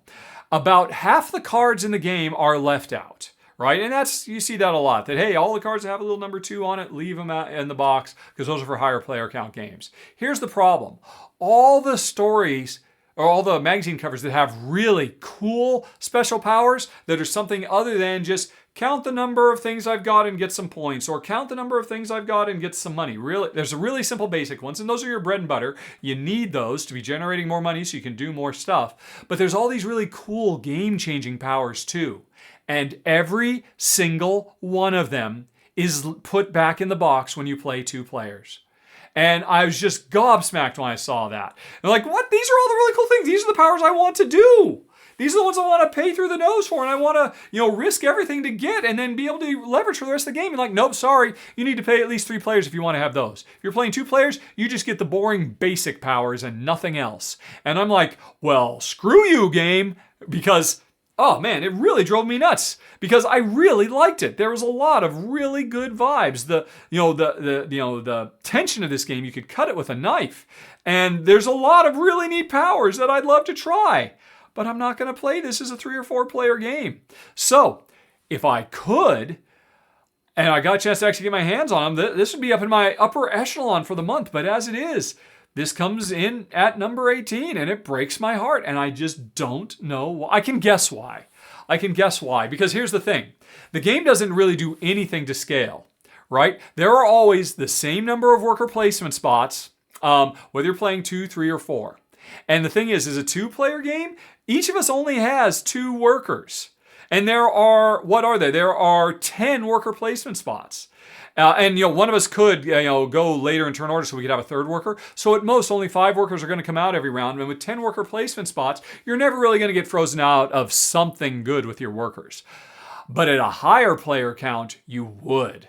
At a higher player count, it's going to be harder to get into those other things because there's a fixed number of worker placement spots. By the way, there's always a worker placement spot of just get $2, which is the crappy one. And so that's why I think they kept the cool powers to make up for the fact that, you didn't get what you wanted, but you did get this really cool power that's really going to change things up for you in the future so that if you get... I think that's why they did it, because you can get shortchanged, you can get squeezed out of good opportunities in higher player count, therefore you need those cool special powers. But I don't care. I want the cool special powers to play with my wife, and I would have rather that they would have tightened up the board and said, hey, in a 2-player game, there are only 4. There's only 3 magazine covers instead of 5, so it's still just as tight. And give me the cool special powers now, please. I don't get it. So that really kind of frustrated me because I really wanted to like this game. The presentation is great. Like I said, the King Domino selection, the set collection in general, the idea of time that I start working on a story and it won't be done until the end of the game, but that's okay because that's when I'll get this other thing. There's a lot to recommend here. But if you're going to play it 2-player, know that you're going to be bummed that some of the coolest elements of the games are kept at arm's length and they say, nope, not for you. Put that fun stuff back in the box. And that's why Magazine, sadly, comes in at number 18 of the month. Oh, so sad. Oh, and actually, before I move on, sorry. Thanks to Tom Vassell and the Dice Tower for doing a nice little video of it. So I had something to put on screen because I was not going to run through this game myself. Tom, maybe someday I'll play it with you. Okay, folks, and we have made it to about the halfway mark, and oh my gosh, I'm already an hour, and this is going to be a long episode. Why can't I just sum things up faster? Anyway, though, I'm interrupting here because in the last roundup, I mentioned something that a lot of people said, yes, please do that. So I'm going to start doing that. This is the threshold, folks. We have crossed over from the first, numbers 31 to 18 games. They're like, okay, yeah, you know what? I'm done with those. Don't need to go back. Don't need to play those again for the various reasons I talked about. Those games, as presented to me as a 2-player gamer, done with them, don't need them in my life. Now we are moving on to the higher echelon of games where I would happily play this game again. This one has stuff that makes me want to keep coming back. And so we are going to go into a happier climb with number 17 on the list, Last Minute, which I haven't done a run through for, but One Stop Co-op Shop did. Jason did a phenomenal job showing both the basic mode, but also an advanced mode. Hey, James, my editor, James, please use Jason's video in the advanced mode, which is towards the end of his video, because it shows how rich this game is. This is a real-time cooperative bomb defusal game.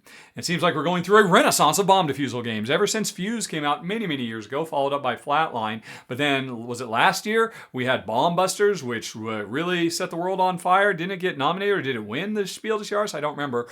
Regardless, it wasn't for us, but Jen and I love Fuse. Fuse has survived so many calls. It's made it into my top 10 must-have amongst all. If I could only have 10 games, probably one of them would be Fuse. It's the ultimate real-time cooperative game. It's wonderful. I love it to pieces. So Last Minute does a lot of the same stuff as Fuse, but with cards instead of dice. So of course I'm excited. How does it work? Well, this game, you only have 2 minutes to defuse a set of bombs. And if you're looking on screen, you can see all the bombs there. They start with the number 60 on it. There's a deck of cards. Each card is numbered 1 to 59. Right? Basically, this game is kind of like the Mind turned into a game. Because at the game around, I forget what our hand size is. I want to say 7. Maybe it's 5. Maybe it's 8. It's something like that. We've got a handful of cards that are, numbered all sorts of things. And each card has a number and a wire color on it. And what we're supposed to do is, normally, we are supposed to play cards that match the wire color of the bomb that are in descending order. So, if I put a 48 in a red, yay, I've got a red wire because this bomb needs a red wire to be cut, and I've cut it. But what I've done is, because I did 48, now 49, 50, 51, 52, 53, 54, all the way up to number 59, might as well throw them away. Nobody can use them because now you can only play lower than my 48. And so I see, oh my gosh, we need to do a blue and a yellow, and I've got a yellow, but it's a 20. Probably not a good idea for me to play that. Although that means there's still cards 1 through 19 to play the other. But remember, we're working communally on multiple bombs at the same time. So maybe on a different bomb that needs a yellow, there's like a 27. It's not so bad to put a 20 on there because, hey, I'm only throwing away 21 through 26. Because if it was a 27 and then a 20, okay, there's only, 6 cards that got tossed. That's not so bad. So that's a smart place to play. And so you're playing your cards as fast as you can because we have very little time to defuse all these bombs. But I only know what's in my hand, not what's in yours. We can't talk about it. And so, kind of like the mind, we sit and wait and like, okay, I shouldn't play this right now. I should wait to see what you're doing. If you're going to, nobody's, okay, I'll put this one down and we'll see what happens. And you're like, okay, fine, I'll put the next one. But at any given time, if you just don't think you should play any of yours because they're all too low, it would be too dangerous. It would make one bomb maybe undefusable. The other thing you can do is you can discard any number of cards you want from your hand, and then you can draw back up to your hand size. So you can just go digging for cards if you need it, and you can do it as fast and as often as you want. But that means you're burning through cards fast, and that's time that's not spent actually diffusing, but instead just prepping your tools. That's it. That's the whole game. That's all the basic rules, and it works great, and you can see it happening right there. Now, what makes it really good is, it comes with like a whole bunch of missions, I think like a dozen of them, that start adding complications, these extra little tiles that you put on the bombs. So they can be complications like, you can only play odd numbers, or you can only, play... I don't know. Let's see what ones Jason has. You have to only play cards that are divisible by 10. You have to play them from left to right. Like on that bomb, you have to play the red and then the yellow and then the blue. You can't play the blue first.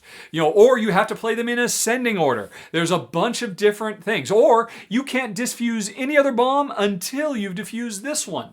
All kinds of things. And really, the game opens up when you just start playing the advanced mode, where you just take some random bomb cards, put some random confounders on there, and then you just start the timer and go.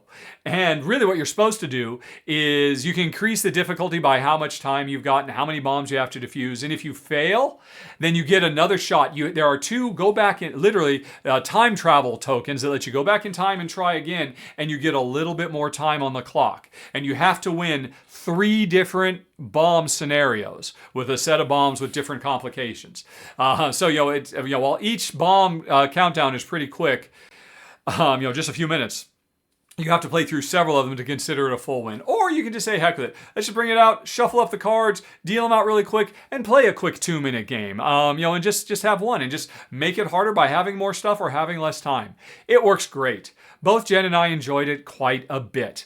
And the only thing that keeps it from ranking higher is, at the end of the day, I still like Fuse more.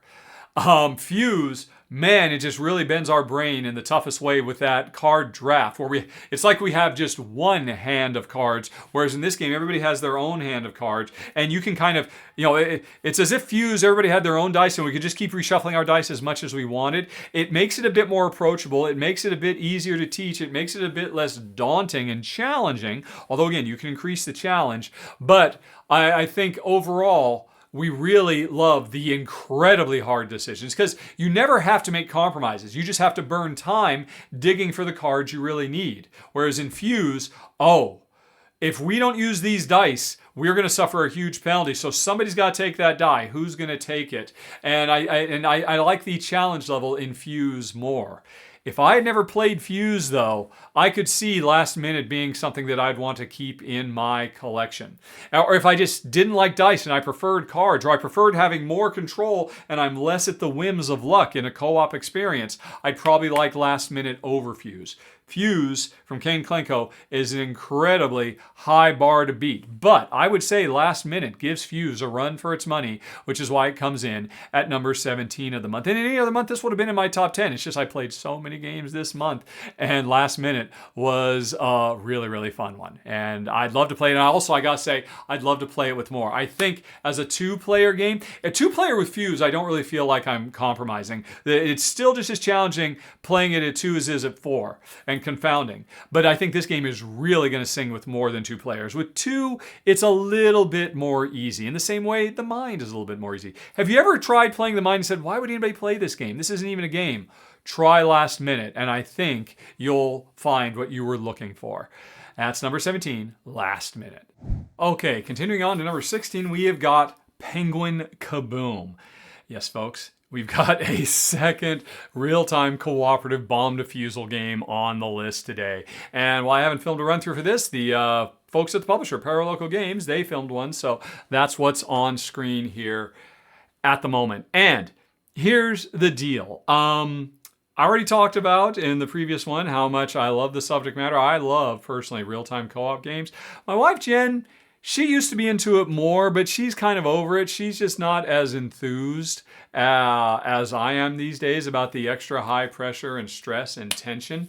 And this game really ratchets it up because it does the real-time co-op bomb defusal in a non-standard way.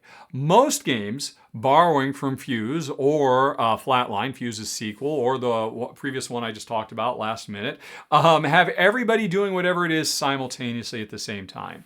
But there are occasionally games in the genre where we don't all do things at the same time. We take turns. Like I'm thinking of, the Pandemic real-time game that came out a few years ago. But unlike Escape, Curse of the Temple, or Project Elite, it's really interesting when a real-time co-op has you take turns because it really changes the feel. As one player is under the gun, feeling all the pressure, having to make all the decisions while everybody else stands on the sideline, waiting until that active player says, okay, I'm done, tapping out, and then it's the next player's turn. And so it's interesting, you get kind of an ebb and flow, although in this game, Penguin Kaboom, you don't really, because generally speaking, there's no way with the time you've got that whoever the active player is can do everything themselves, and they need all the help they can get, and the game encourages everybody else to help out wherever possible. What are we doing though? Well, when you're the active player, you're rolling and re-rolling dice as fast as you can, Yahtzee style, trying to get the right die faces to be able to fill spots on, generally speaking, you've got most of the time 5 bombs. Sometimes you've got fewer bombs, or you've got special bombs, or like conjoined bombs. This game has so much variety, which this video doesn't necessarily show, but there are bombs with like branching paths and all kinds of funky stuff in this game. But generally speaking, the bombs, you have to put dice on them in a set order. So you're rolling, trying to get the dice. And you don't have very many dice in this game. That's important. So if you spread all your dice out amongst several bombs, you're not going to get any of them done. So at any time you want, you could say, screw it, I'm done. Moving on to the next player. When it moves on to the next player, before they start rolling, they have to decide, right, of the dice that have been placed by the previous player, which ones am I going to leave and which ones am I going to abandon? Which ones am I going to say, you know what, no, we're not going to get that bomb done. We really need to focus on the other one. All the work you done on that, I'm pulling all those off and bringing those back into my hand along with the spare and also along with the green dice. Because there's one face. When you're rolling as fast as you can and you're re-rolling, trying to get what you want, every time you roll the green face, I think it's a lightning bolt, or no, it's a hammer, you have to take that die and put it on the green board. And that means it's denied you. It's locked up, it's tied up, it's become a tool, and you won't be able to use it. But what happens is, when I eventually say, quit, I'm done, move on to the next player, when that other player is retrieving dice, they can retrieve those green tool dice as well. And if they retrieve enough of them, that buys us more time on the actual timer.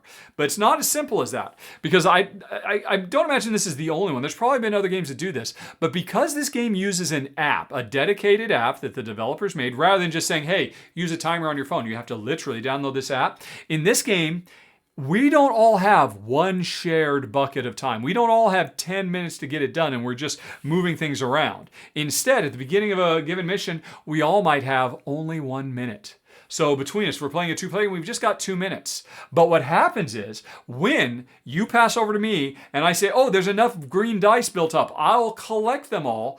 I push the green button on the app, and that will give an additional X seconds to whoever has the least time left, whoever it is that's about to die. So, and it's really, really cool that the app works that stuff out for you. Because in a regular real-time game, we wouldn't have time to figure out, right, okay, who's got how much time? We don't want to have 5 timers for every single player and, independently. But because they used an app to tie all this together, I might have 15 seconds on the clock. You might have 50 seconds on the clock. So when it comes back around to me, it's going to be full-on panic mode. Whereas when it's you've got a bit more time. But the more we switch, the more we get those green dice back that are getting clogged up, the more it refills my timer when it comes back around to me, because I'm suddenly the weak link because I spent too much time while other people skipped really quick. So there's an extra dimension of time management that doesn't exist in these games normally, because we all have our own time pool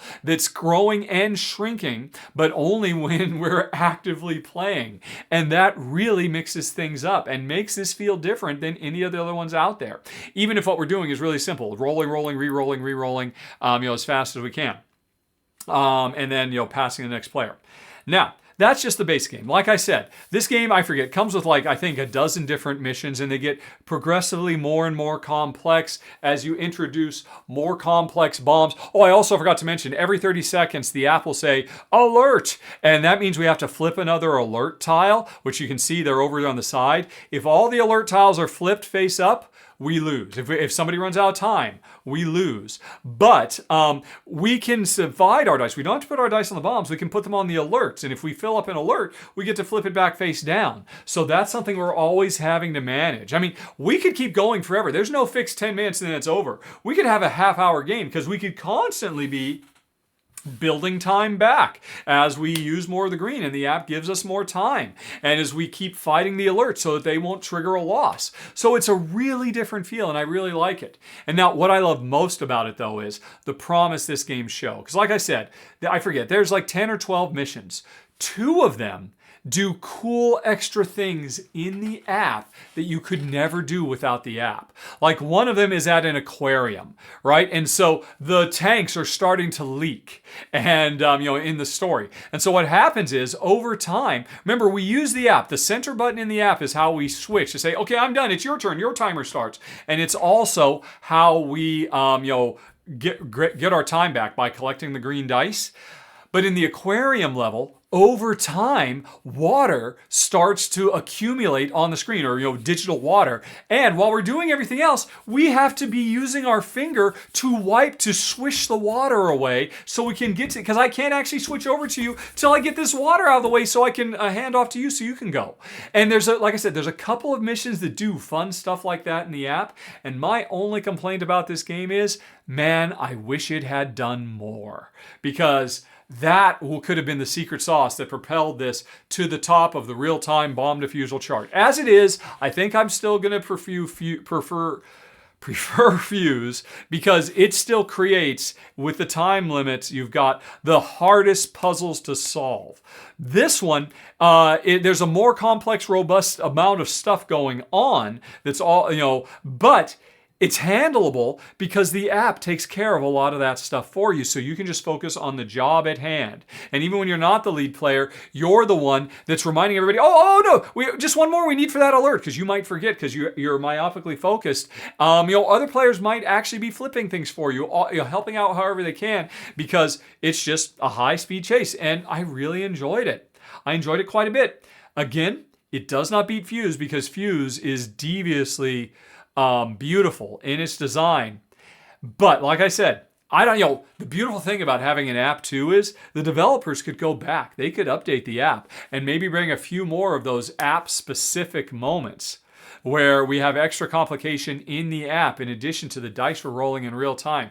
A few more of those would have made this scream higher, higher, higher. But as it is, I don't think I'd ever turn down a game of this because I really, and Jen did too. And that's saying something because, again, Jen, she really feels the pressure in these things and she doesn't always respond well. But I think we both really had a great time in large part because of the app, because it allowed this game to do stuff that it's competition in the market cannot do, and that's number 16, Penguin Kaboom.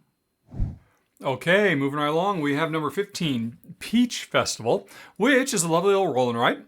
It's kind of a push your luck bingo style game. Bingo in that you roll the dice, the 5 dice publicly, and everybody has access to them. Push your luck because of the way you fill in this grid with numbers derived from the dice. Here's basically the idea. You roll the dice and you count up the number of each type of face you've got. Say you've got 3 gems and 1 tea and 1 carpet. What that means is you can go to the carpet or the tea column and write the number 1 because there was exactly 1 in the next space. Or because there were 3 gems or faces, you could write 3 in the gem column. Or because none of the other stuff came, like the gold bars. What are there? There's gold bars. Oh, and there's carafes or jugs. Since none of those showed up, you could write 0 in those columns for those goods. And it represents what you got at the local peach festival, what, commodities you collected. You could write 0 or 1 or 2 or 3, depending on how much there is of a given thing. Here's the problem. As you fill these columns up from top to bottom, the next number you write in a column has to be equal to or greater than what came before. So, if 2 carpets come up and you write 2 in the carpet row, and believe you want to write higher numbers faster because the quicker you get to higher numbers, 2 or 3 or 4 or whatever, the more points you'll get at the end of the game. But once you've done that, once you've wrote a 2 in the carpet, for the rest of the game, you can't collect 0 or 1 carpets anymore. You can only collect 2 at a time. And ideally, you want to fill the entire column for each one of these goods. So you've just made it a lot harder to fill the carpet row. And so maybe you shouldn't grab those. So, in a perfect world, you just say, oh, well, I'll just keep doing 0s until, now I'll start doing 1s and then I'll do 2s. And then but the thing is also, you can't say you've gotten almost to the bottom and you really want to have like a 3 or a 4 down at the bottom so you can get big multiplication bonuses to your final points. But when you decide to go up, you can only go up by 1. So you can make it all the way down with 0s and 1s. So you aren't going to score very much, but you filled almost the entire column. And now you're at the bottom. You want to jump to a 4, you can't. You have to go from a 1 to a 2, and then a 2 to a 3, and then a 3 to a 4. So you've got to be planning to go to those higher numbers sooner. And that's the challenge. That's the push your luck. If early on a 3 comes out and you can get it played because you're already at 2, then you probably want to take it. But now you're in trouble because you got to get 3s in that particular thing for the rest of the game. And again, there's only 5 dice. So the other trick is, as you are working your way up these, maybe as you're filling these things up, you're getting all kinds of bonuses in certain spaces. Like there's a bonus that says, hey, when you hit this spot, you can put any number you want that's legal in this other column over here. So that's how you could go from a 2 to a 3, or even a 3 to a 4. If you've already made it up to 3, and then you're like, oh crap, I'm not going to be getting any 4s anytime soon, so I need to fill up this other thing because it'll let me put anything I want in this other column, and then I can put the 4 there, and now I'm going to score big out of that point because even if I don't fill anything more there, I made it to 4. Also, the important thing is, in each of the columns, once you reach 3, that is a huge turning point. Because, I should have said right up front, everybody starts the game with these special power cards, and the game comes with a bunch of them. It must be 15, 20, somewhere between 15 and 20 of these special power cards. And you've got them, and they let you break all the rules. They let you treat some resources as wild. So, you need 4 carpets and only 2 carpets rolled up. Good thing you've got the power that lets you turn leaves into carpets as well, or whatever. So everybody has their own unique powers. And once you make it to 3, in any column, you get the opportunity to get more powers. Or instead, you get the opportunity to get more peaches, which, by the way, is another thing you can collect. When you fill certain spaces, you get peaches. Peaches let you re-roll the dice, let you increase or decrease the value of the dice as necessary. Peaches are incredibly valuable, incredibly powerful. Once you hit 3 in a column, you can get yourself more peaches and progressively more and more, or you can give yourself other power cards. And these power cards are significantly game-changing. And the game comes with a ton of them. And honestly, the game would be impossible to get anywhere because what I just described is incredibly limiting, incredibly restrictive. And it would be impossible to really achieve anything within those really restrictive confines of you always have to increase, one number at a time. You can't jump from a 1 to a 4. Once you've got to a 4, you can only use 4s from then on. That's where all those special powers come in. And over the course of the game, once you get to those higher numbers, you get more powers that will help you deal with the fact that you're now incredibly limited with the numbers you can collect. And that's the secret sauce of the game, these cards, because there's so many of them, and every time you play, you're going to get a different combination of them that will make different die faces valuable in different ways, will let you manipulate numbers in different ways, all kinds of things. There's a lot of really creative powers in here. So there's a lot to like. I think it is a very good, what do you call it? Roll and write. My problems with it, they keep it out of the upper echelon. They keep it in the, I'd be very happy to play this game. I don't know if I need to own it, but I'd really be happy to play it. Well, one, it's very abstract. Essentially, it's about this famous, ancient story about this peach market where, I forget, it talks about it, but really, you're just collecting numbers and writing them in, ascending values as you descend down columns. The theme is not really here at all. And, that's not at all uncommon for roll and writes, but I think you'll find the roll and writes I tend to keep in the collection are a bit more thematically grounded than this. My other problem, which is really the bigger one, those powers you get from the cards, there's so many of them and they're all iconographically represented, and those icons are tiny. Tiny, tiny, tiny icons. Also, the icons that you get for bonuses when you fill certain spaces in the grids are tiny. Tiny, tiny, tiny. And the reality is, playing this game, I had to put on my glasses to play it. And I don't like having to do that. My biggest problem with this game is I wish it had come in a bigger box, because a bigger box would have meant bigger cards. It would have meant bigger pieces of paper, which would have meant bigger icons, so I can more clearly understand what I'm doing. Both Jen and I found, heck, we're in our 50s. So we probably wouldn't be bothered by this if we were in our 20s still. But we found, man, it was hard to, parse. Right, is that an extra peach I get? Or is that, what is that icon there? Let me get my reading glasses on. And so that was probably my biggest issue. So I don't know if I need to own the game, but I really do like it quite a bit. And if you had it and wanted to play it, I'd happily play it anytime. Because it is an interesting combination, this push your luck idea. The sooner you go to the higher numbers, the more powerful you are, but the more problems you've got, but the more powers you have to deal with them. And that's really nice. It is a sharp design. We both really liked it quite a bit. Number 15 of the month is the Peach Harvest. Oh, wait, and before I move on, thanks to Jen Cam Plays. She did a great little run through of it. You can find the link down in her show notes so you can see it in action and watch her sweat and squirm as she works her way further up the track. Thank you, Jen, for the video that I was able to show. Folks, links down in the show notes. Right, now, let's move on.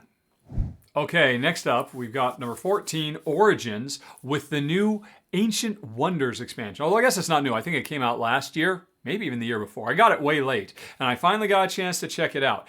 And Origins, the First Builders, is a game I covered many years ago on the channel, and I liked it quite a bit. It's a dice worker placement game where the dice evolve over time and ascend to different powers.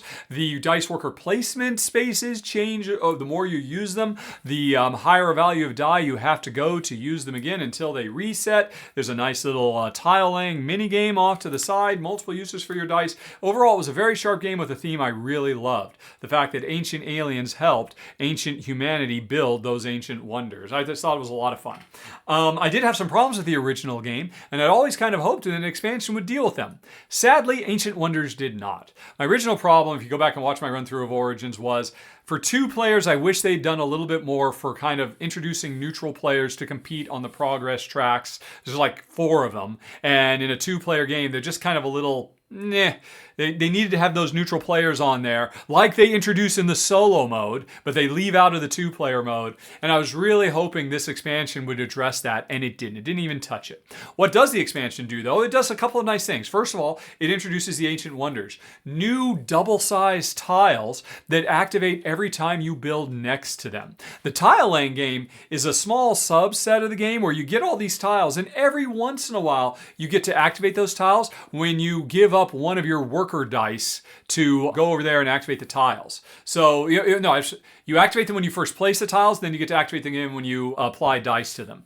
But these new wonder tiles, they're twice as big, so they're a bit trickier to build around. But once you put them down, they activate every single time you put another tile next to them, kind of like Glenn Moore's activation. I like that quite a bit. It's a very nice improvement in a big way. But the more important thing is it introduces extra objectives. Every time you play, you set up 5, because this is the huge change to the game. The original Origins First builders had a loosey-goosey end game where a certain number of thresholds has to be accomplished by players before the game ended. And a lot of players found that the game could go very, very, very long if players don't race towards those. This is a problem you see so often. I don't understand why designers keep falling for this mistake. They think variable in-game goals are the right way to go. It's not. Because invariably what happens is anytime there's a game with variable length, it's player-initiated ending triggers, what'll inevitably happen is, if you're a smart player, you'll recognize that and you'll try to race towards it. Because generally speaking, if you can get more done in less time because you're racing towards an end, while other players are just kind of exploring and building their engines and faffing about and building up bigger and better things, whereas you're racing like a laser to get it done, well, the game won't overstay its welcome, and chances are the racer will win. That's what First Origins is about. A lot of players don't play it as a race game, and the game can take too long. And so the developers realized, you know what, maybe we should have made it a fixed 5 rounds. And that's what they've done officially now. And the game is much better for it, because now everybody treats it like a race because you don't have very much time. And then they went above and beyond, because it's not just there's 5 rounds, but at the end of each round, there's going to be you can see right from the beginning all 5 objectives. And you know what? Okay, I'm going to ignore that round 1 objective because I'm really going to set myself up to score big at the end of round 2 with that objective.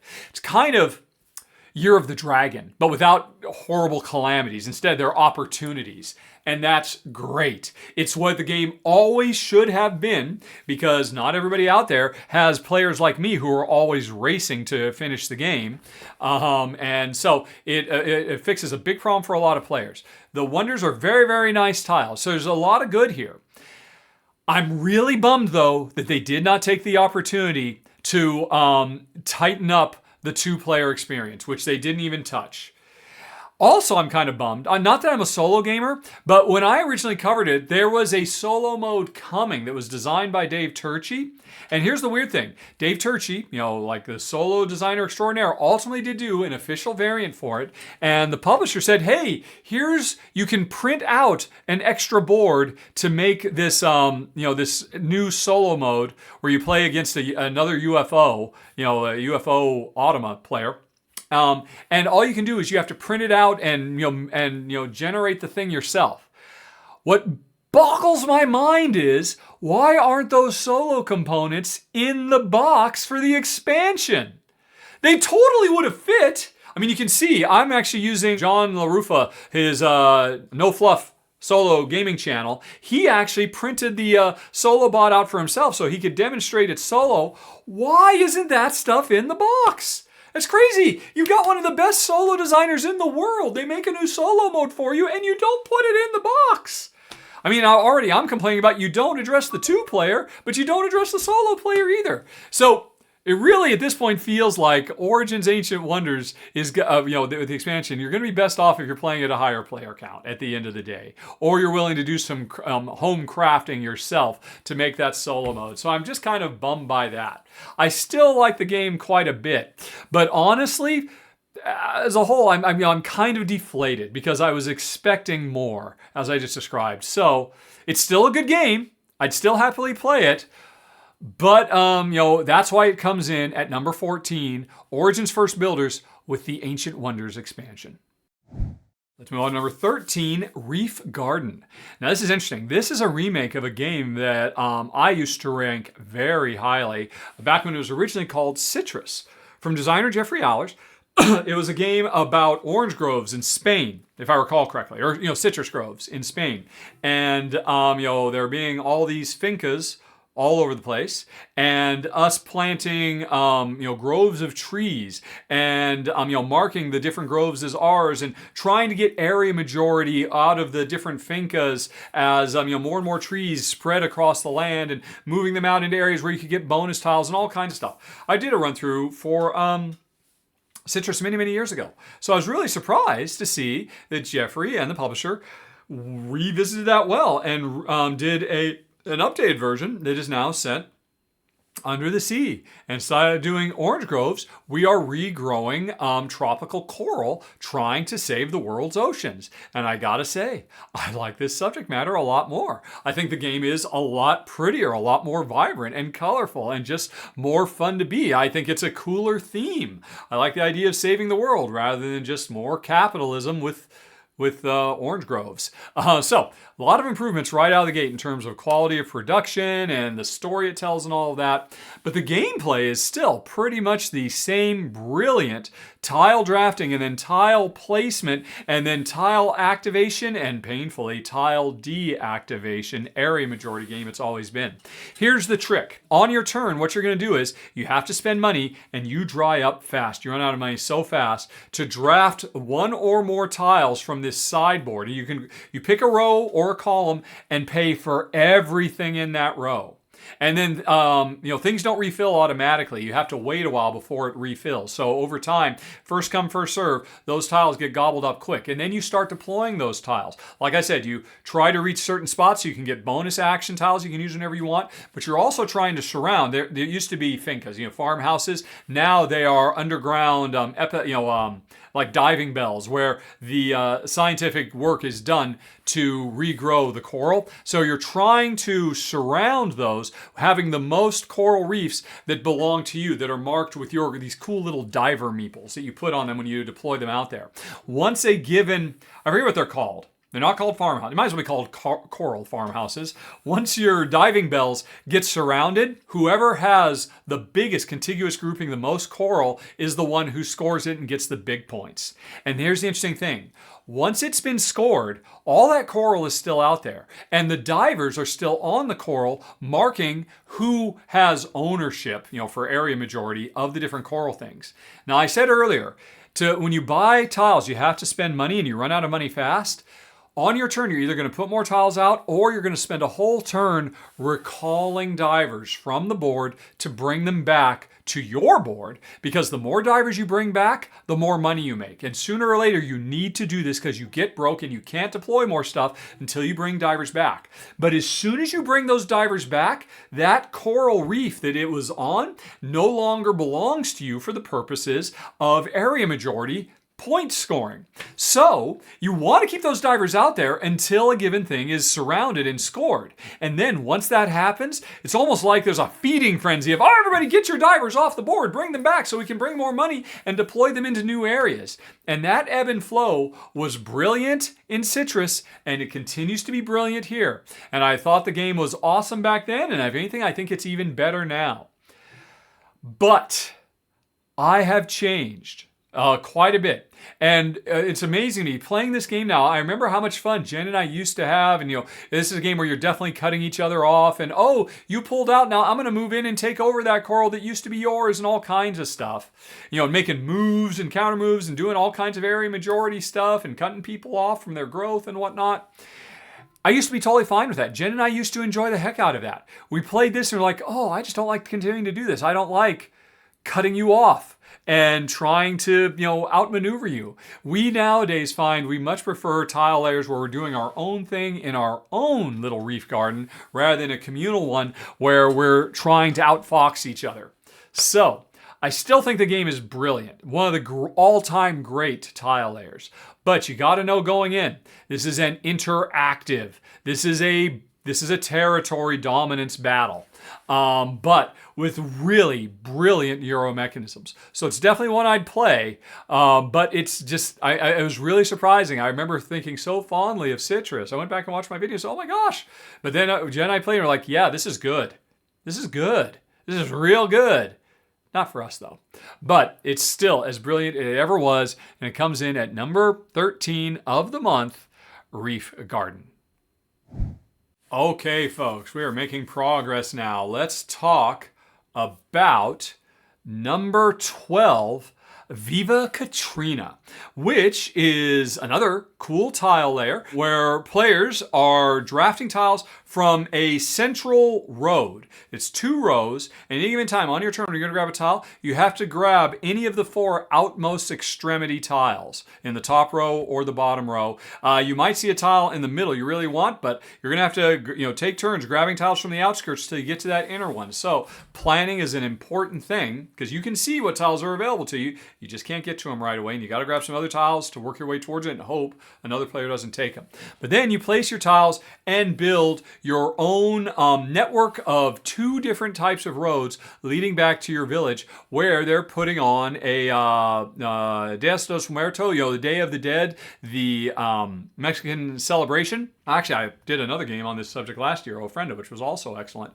But anyway, this is a tile laying game where we are drafting tiles, and the different tiles have different metrics to score them on. Like you're trying to collect basically all kinds of different decorations, like balloons, or trying to build a plinth so you can put statues out. And there's flowers. And and by the way, while this is going on, the mariposas, the migrating butterflies, are coming through too. So you're trying to make roads for all the villagers on the roads to be able to make back and celebrate, but then you're also trying to make flower roads for the butterflies to travel as well, because you score points for more butterflies that connect back to the beginning, and everything needs to connect back, and you're racing to get the majority and all the different things that you're chasing after, and it's lovely. I mean, just look at it, folks. You can see I did a run through of it for backers of the show, and like I said, it is a stunning looking game, but if I had one complaint about it, it is a little on the light side. Both Jen and I really enjoyed it. I'd happily play it whenever you want. Actually, I think Jen rated it quite a bit higher than me, in large part because it's just such a looker, and it's really, really fast too. I mean, you get through it really, really quick. It's basically rinsing around the tiles. That triggers the end of the game, and whoever scored the most points off of, I forget what they all are. There's definitely the statues, and definitely the butterflies, and the people, and the balloons. Oh, and the candy skulls, So there are several different things you can score on, and doing set collection, all the kind of stuff you want. But I think the most interesting thing about it is you're basically trying to develop with your tile laying 2 different road networks that are in parallel. The actual paved roads for the people and the flower roads, and you're trying to make both of them as long as they can be, and hook up to everything that you're building, but also hook back up to the town center. It's sharp, it's fun, it's very, very light, it's pretty easy to teach, it's over pretty quick, and personally, I'd like a slightly heavier game. But man, I mean, this one really resonated strongly with Jen. She dug it quite a bit. It is a little bit abstract, but there's no denying how incredibly pretty it is, and all that combined brings it in a pretty healthy number 12 on the list, Viva Catrina, which again, Jen and I filmed for backers of the show, as you can see on screen. All right, let's move on. So now let's talk about number 11, Removal. Another tile laying game. Yes, folks, I mean, you play this many games in a month, you're going to have some tile layers, and was this my favorite one? No, I do have a couple rated higher because we're still got more tile layers to talk about, but I really enjoyed this one quite a bit. You've probably heard me several times mention how I generally look for stronger integration of theme. That often a game, if it's a bit too abstract, if the theme doesn't really connect, that can knock it down for me. This is a great example of theme really driving the game, because we are basically, what do you call it? 2 guys in a van outfits. It's our job to pack up all the furniture and personal belongings of a house into our moving van, and then drive it to the new location, dump the stuff, and then come back and start filling the van again. And it is a fun and very thematically strong polyomino tile layer. And why I say that is because of the different types of tiles. There are just regular tiles that are nice and easy, but there are delicate things that will get damaged if you put too many heavy things on top of it. There's really heavy things that cannot be stacked on top of anything, that must be on the floor of your van, or can only be stacked on top of other heavy things. There are several different special case rules for the different types of things. There are things that have to be this side up, and you look at them and you say, oh yeah, of course, if you put that upside down, everything would spill all over the place. So this tiling has all that fun jigsaw puzzle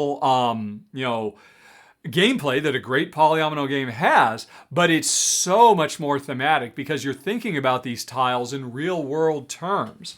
And that really enhances it for me. Another thing that enhances for me is this is an incredibly fast-paced race. What happens is when your truck pulls up and you're going to go grab stuff, you can by default only grab from the bottom floor of the house. If you want to get to the things that are higher up in the house, and by the way, everything's just randomly strewn around the house. Something that's really important to you might be at the top, something's really important you might be at the bottom. But if you want to get something on the second floor, you have to have taken something from underneath it. It's kind of like the reverse of a pyramid building game where you can't build the second floor until the two things below it of the first floor are done. This is the opposite. You can't take something from the second floor until something from the first floor is taken. You can't take something from the third floor until something from the second floor has been taken. So you might grab stuff you don't really care about because you're just trying to snake your way up to get to the thing you really want, but when you make that available, somebody else might grab it first. So you've got to gamble that, whatever you just revealed, they'll probably want the other thing more because you can see what they're trying to squeeze into their truck. And we have tiny trucks. We can only fill so much stuff in. And we're trying to fill them as efficiently as we can because there's a whole bunch of -1 spots. And so just like Feast for Odin, if you don't cover those -1 spots, you are basically losing points. But as soon as you can, you want to drive away so you can empty all the stuff out so you can come back and start filling it again too.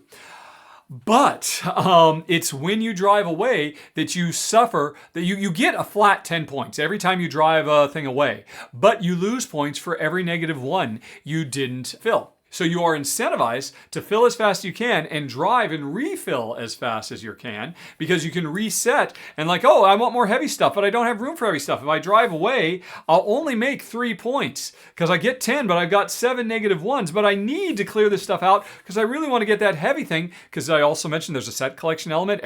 There's 3 types of things that everybody wants to get to have the most of, and I really want to get that, but I can't do it right now. Unless I empty my truck or unless we have 3 helper cards. And if you use them, you're giving up points, but you'll use them at the right time to score even more points to break the rules and suddenly stuff things in where it wouldn't have been possible otherwise.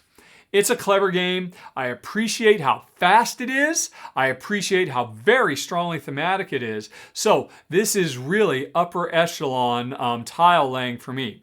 It is still pretty lightweight. I would love to see it a little bit heavier. I'd love to see it get an expansion with some more special case rules, with some more special case furniture. But still, as it is, lightweight, maybe even a bit light. For Jen, I think she said it was a bit more lightweight for her. I thought it was great.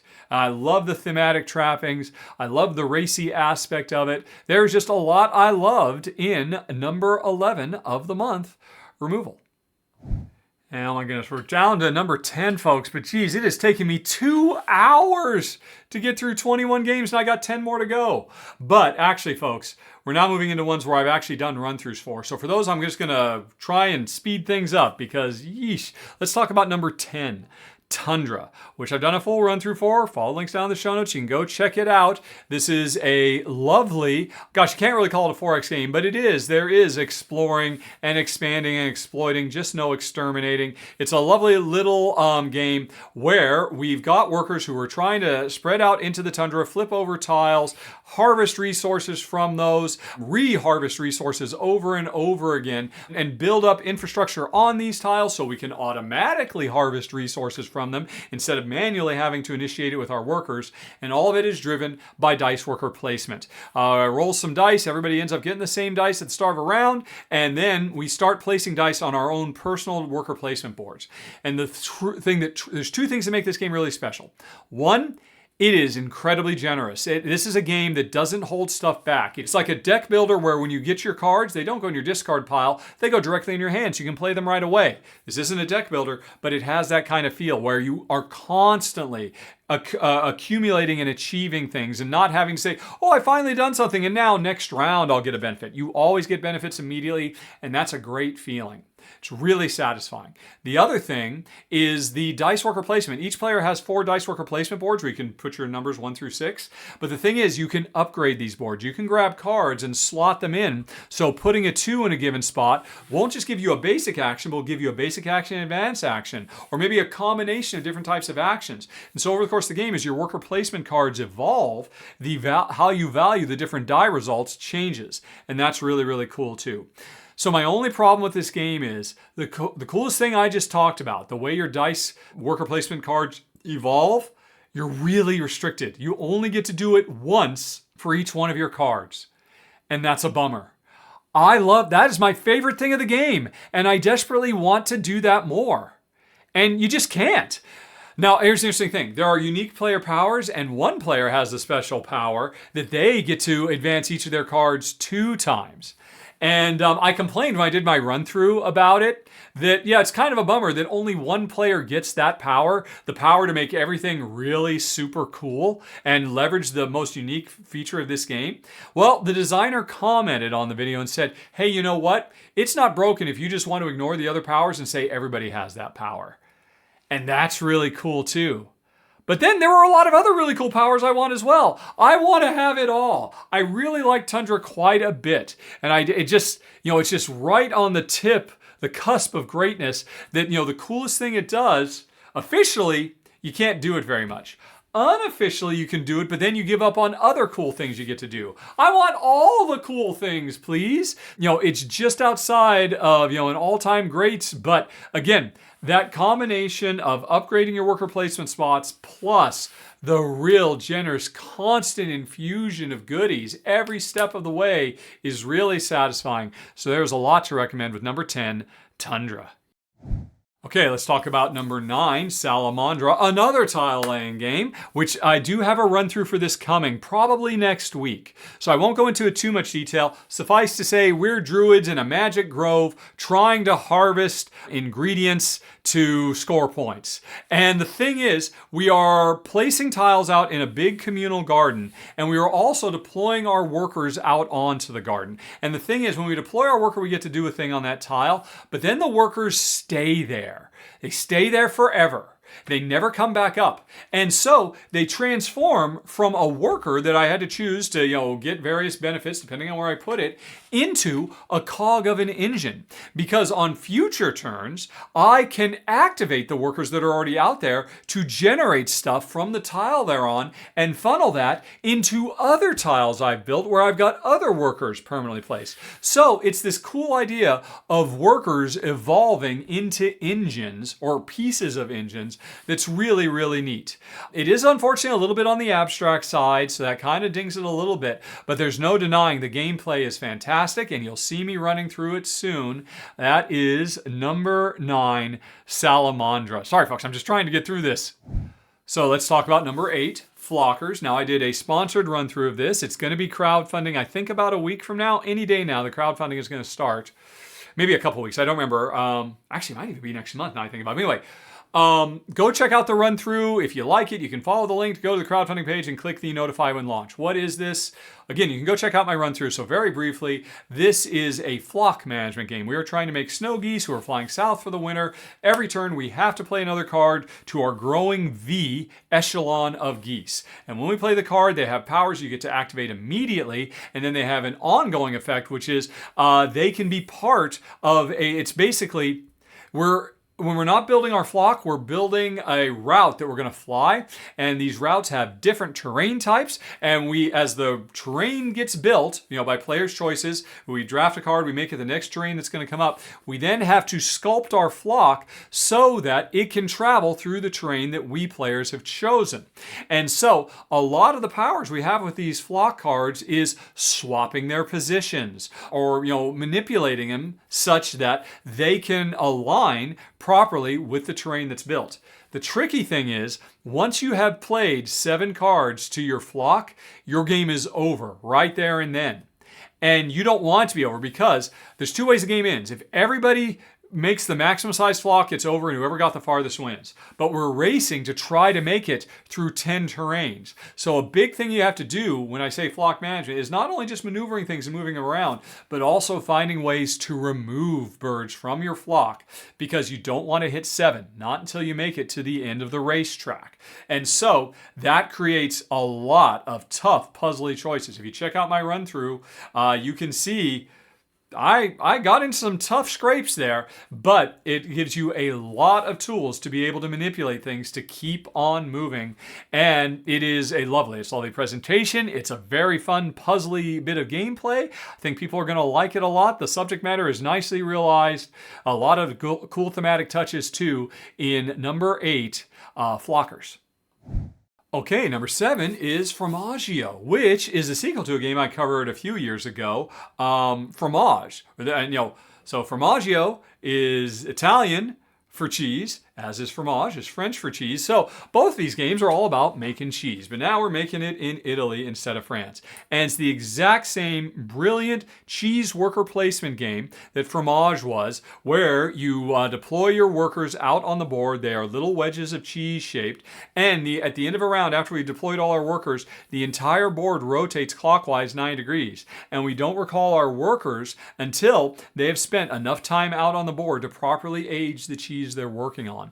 And so at any given time, you might have all your workers available to you, or you might not have some because they're still out on the board working. And so managing the timing of when your workers come and go, every round, a new worker, it's like there are 4 worker placement boards fused together. And so every round, a new worker placement board shows up. Will you have the right workers at the right time to leverage that worker placement board? Or will you ignore that worker placement board because I'm saving my workers for the next one because that's the one I'm really focusing on? Fromage was a brilliant, clever design. Everybody loved it. Formaggio, I think, is going to love it too. This is a standalone sequel, but you can combine it with Fromage. So basically, you had 4 unique player boards in the first one. Now you've got 4 more, so you've got more unique ways that you can combine your player board than ever before. The 4 new boards, I think I like them. They're a little bit more interesting. A little bit more straightforward at once, but less woolly with the rules, but also I think a little bit crunchier with the depth of them. I like the original ones. I like these ones too. The main thing this adds new is the idea of platinum cheeses that can be aged longer than ever before. But when you do one of them, you don't see your worker back for 4 rounds, which is unheard of. So overall, things get a tiny bit more complex, but for the most part, it's just a nice companion to the original one. And we like Fromage, we like Formaggio. For both of them, I think I liked them more than Jen. Jen always felt that the games, she'd like to see them a bit more crunchy. And so we would have liked to see Formaggio take it further. Make it a crunchier, heavier game as opposed to keeping it the same nice, almost gateway game. This is practically gateway level. This is only a tiny bit more heavy than a Ticket to Ride or something like that. And I think Gen wanted a little bit more, which is what keeps it coming in at the top levels. But it's great. Fromage is great. Formaggio is great. It's number 7 of the month. And before we move on, thanks to Married Meeples one more time for doing a great looking video that allowed me to show off what it looks like. Link for their video is down in the show notes if you'd like to see them go into it with a very nice how to play if you've never seen these games before. Okay, now we're moving on. Okay, number 6 on the list is Forage, which I did a sponsored run through for, and this is a lovely roll and write. Another bingo style where all the dice are rolled, divvied up into their appropriate buckets, and then everybody has access to the same dice. But how does that part work? Well, I should say I've done a full run through of this game, and more full than normal because if you've got access to the game, because the game is eventually going to come out, it's crowdfunding right now, you can play along with me and try to beat my score a year from now once the game is out. But you get to see a full game from start to finish, and it is a blast. And it is, what did I say? I said it's one of the most relaxing roll and writes I've ever played. Basically, you roll all the dice. How many are there? There's 4, 5, 6, 7, 8.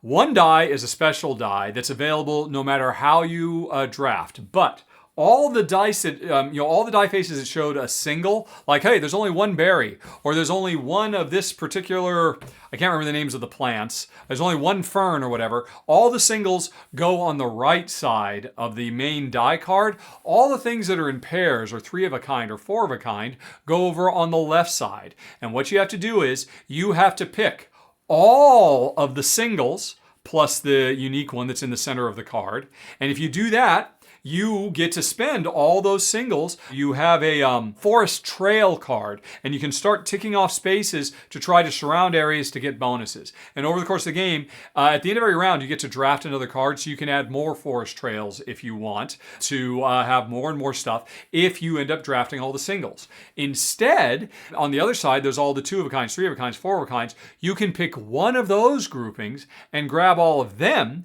and use them for, there are ultimately 3 types of cards trying to fill up. The trails, which you do with the singles, but the groupings, you use those to fill up the closets full of canned goods. So, if there wasn't a single berry, but there were 3 berries, they go over on the left, you can say, I'm going to grab the triple berry. And just that because I've got a card that says I want to can a lot of berries, or, a lot of nuts, or whichever group of stuff, or pine cones, or whatever comes out. And then there's a third type of card, which is fulfilling recipes to make gifts for your friends. And you can use either type of die. All the singles can go into that, or the groupings. So every round we're going to roll. You're going to have to pick one group and then work on one group of cards. And then here's the important thing. At the end of your turn, you get to expand either your trails or your closets or your gifts you're trying to make, the 3 different types of cards. So you draw one of those types of cards, you look at it, and you decide, right, am I going to expand my trails with this because I want more trails? Oh, I don't like this. This doesn't work with my current trail. Whenever you want, you can say, to heck with that, and in turn, I can get more time, which is the most valuable resource. You collect your time up on this time track, and you can spend those resources to break all the rules and do all kinds of special stuff. And that's pretty much the crux of the game. There's also a few objectives that players are racing to be the first to complete every time you play.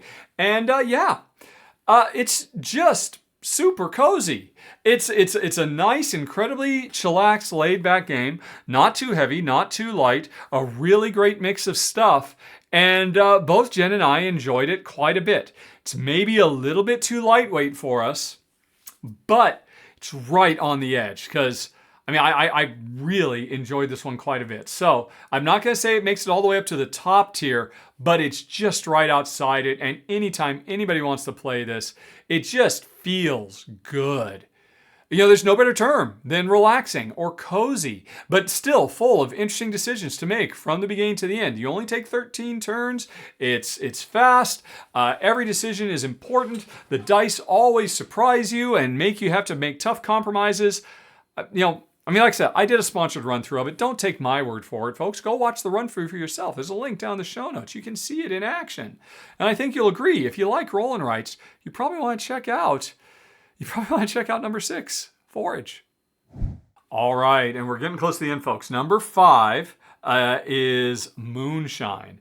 And thanks once again to board game channel Ludovox, who makes some of the most beautiful looking. They've got such a huge output, and so they make my life very easy. Folks, link down in the show notes, like always. What is this game? It is set in roaring 1920s Prohibition era. We are trying to run a speakeasy, which means we've got all kinds of clientele showing up at our door, and they have certain things they want. They want to hear great live music. They want delicious food, and most importantly, they would like something to wet their whistle. They would like some hooch. They would like some booze. And every round, when you are the lead player, you are going to roll, by default, just 3 dice. 3 white dice, and they'll all turn up one of those 3 things, or they'll turn up a moon symbol, which is kind of just like general purpose seeing to their needs. So you can roll the dice, and by default, you can do 1 reroll. It is possible that you unlock more reroll potential later, but you either you like what you got, or you reroll trying to get stuff, and then after you're done, the dice Everybody has access to them. Everybody gets to take your result and use that to fulfill the needs of their customers. So the customer cards, they all have in the top right corner how much they want of the three main resources. And generally speaking, it's tough to get them everything they need. They generally want more than what the dice will give. Like if there's somebody who wants 3 drinks and some music, and if you can provide all that stuff, then what you do is you take their card, you tuck it underneath your speakeasy, your leftmost card, and you unlock a very strong, powerful bonus action you will have for the rest of the game. And then I think you draw 2 more customers, you keep one, the other one goes to the bottom of the deck, and so you've always got, at the beginning of the game, 2 customers who you're trying to take care of. In the same way you can unlock the ability to do more rerolls, you can also unlock the ability to have more customers you're taking care of at once. You can also unlock the ability to get access to more dice. There's also a special orange and a blue die that maybe when I'm lead, I'm rolling and I've got access to the blue die, and after I'm done re-rolling and whatnot, you don't have access, so you only get the white, whereas I get the white and the blue, or the orange or what have you. So anyway, those are like some of the main powers you get. You get access to more dice, you get access to more re-rolls, you get access to more clients as you build your speakeasy up. But most importantly, you get access to more points, because this game is a race to, I want to say it was scoring 12 points. And the main way you do that is fulfill the needs of your clients. Now here's the deal. After you're done with your roll and your re-roll, and maybe multiple re-rolls, you might end up with, well, these dice are useless. There is not enough of anything to make any of my clients happy, so what am I going to do? And that's going to happen at the beginning. Well, what you can do instead is just give them a little bit of personal attention. And you can ignore the dice and just give them one moon symbol. And that's like, giving them personal service at your speakeasy. What that does is you put that on one of their moon symbols up in the top left corner of their card. And what that does is that unlocks an ability that you will have for as long as they are waiting for their main meal. You still want to get them all the stuff you want, so you can take them and tuck them under your speakeasy to get the really big power and to score the points. But in the meantime, if you have a bad roll, remember I talked about this earlier in this very episode. Hey, games with dice rolling, you have to have something, so if you have a bad roll, you can still get something good. In this game, if you have a bad roll, you just not permanently, but you just unlocked a temporary ability that you'll have from that client until they get tucked under your card. And then you start running into tough problems, because you might get some really great powers you don't want to get rid of. You want to keep them around and keep using that power because they're helping you fulfill the needs of other clients. So now you want to expand your speakeasy to serve other people and keep this one on. And basically what you do is you start creating an engine out of these cards, because your speakeasy has certain powers you can unlock. So do your customers. And you'll keep those powers until you serve the customers, in which case you lose them and you got to build them back up again. So you're constantly going on this roller coaster of highs and lows, getting access to a bunch of powers, but then you consume a lot of them to fulfill the needs. Because another thing, most of the time, most of your clients, in addition to maybe needing some music and some booze, they need you to spend some of the moons that you have put on your other cards. So you have to give up the temporary special powers to fulfill this other one to get the permanent special power of this other card. And so you're constantly juggling all of this. And as the game goes on and you unlock more dice, or you unlock more rerolls, or you unlock more customers, and you unlock more temporary powers from all of them, you just start building up an empire. And you go from 0 to hero, and you started out barely being able to get anything, but this is a game of great escalation, and it's awesome. Both Jen and I really love the gameplay, especially because it's a lot of times when publishers designers try to do the whole, hey, one player picks the action, everybody gets to follow it. A lot of times they don't work very well, especially at 2 players, but here it works great. So, here's the deal. I've got only one complaint, but it's a doozy. And it's really my wife's complaint. I could live with it, but sadly, it drove my wife so nuts that we're not keeping the game. Because otherwise, this game would totally be a keeper for us. I would find room on the shelf. There's a lot of games I would get rid of, but for one problem. I said right up front, this is set in 20s era Prohibition, and we're running a speakeasy. Here's the deal, folks. I didn't mention this. You might be able to tell from the video you see on screen. Most of the clientele that we're servicing are gangsters. And most of them are just walking around brandishing pistols and Tommy guns. And my wife hated that. She could not stand it. She so vehemently despises the appearance of guns in her game. She doesn't want to be looking at. She doesn't want to be servicing gangsters who are probably going to use those guns to racketeer or intimidate or kill people. And she just wants nothing to do with servicing these people. She hated it. But what she hated even more is, like I said, folks, it's set in the 20s. And I would say probably half, if not more than half, of all the clients you have are smokers. They're smoking. I have never seen a board game with more people smoking cigarettes and watching Captain Kangaroo than this game. And she could, as much as she hates seeing all the guns, she could almost live with that. But then seeing card after card after card come out with people just smoking. It was unacceptable for her. And I understand it's certainly thematically appropriate. Everybody was smoking and everybody was wearing a fedora back then.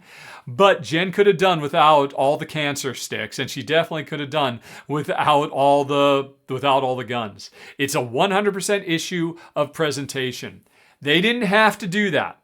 These could have just been regular people who are going and smoking outside, and this would have been a keeper for us. This could have been maybe our number 1 or our number 2 game of the month. The gameplay is that good. And the gameplay is so good, I'm still bringing it up here, but unfortunately, it's not a keeper for us because my wife, and I didn't like it. I can live with it, but I'm not crazy about it, but my wife hated it. If a version of this game ever comes out where they just make the tiniest bit of change to the art and rub away the guns and rub away or erase the cigarettes, I will be first in line to pick up a copy and sing its praises 7 Ways to Sunday, because Moonshine is an excellent, excellent game. But sadly, it is our number 5. All right, folks, we've made it to the upper echelon. I got 4 games. My top 4 games go beyond, hey, I'd happily play it anytime, but I don't know that I need to own it. But I'd still love to play them. That's the second echelon. We're to the final echelon. These are games I would very seriously consider making room for on the shelves, which is hard to do. I mentioned right up front, I got rid of 163 games this year to keep my collection under control. So I am very picky about what I put on the shelf. My top 4 are those games, starting with number 4. You can see it right here. It's Focus. And thanks one more time to YouTube channel Ludovox for having a great looking video so I can show it, because I have not run through it myself. What is this game? This game is a very simple 2-player only cooperative, what would you call it? I want to call it like kind of a cooperative 2-player only Mysterium. I think that's the best way to put it. Here's the way it works. You got all these 2 side cards, you shuffle them up, you flip them over so you get a different combination. You make a 4x4 grid of 16 cards. And each player draws a card that tells each player in secret, and then the 3rd row, second from the left, that's my card. I'm trying to protect that card. And you drew a thing that says, oh, you're trying to protect the one in the top right corner, which in this Ludovox video means you're trying to protect the apple. Right? The one that's in the top right corner. Me, I'm trying to protect the telescope. Okay, so we've got our goal. And what we have to do is we have to eliminate all the cards from the table except for those 2. And we cannot tell each other what our secret card we're protecting is. So how do we communicate to each other? By the cards we take away. If you're trying to protect, on your turn, what you've got to do is you've got to remove 1 card.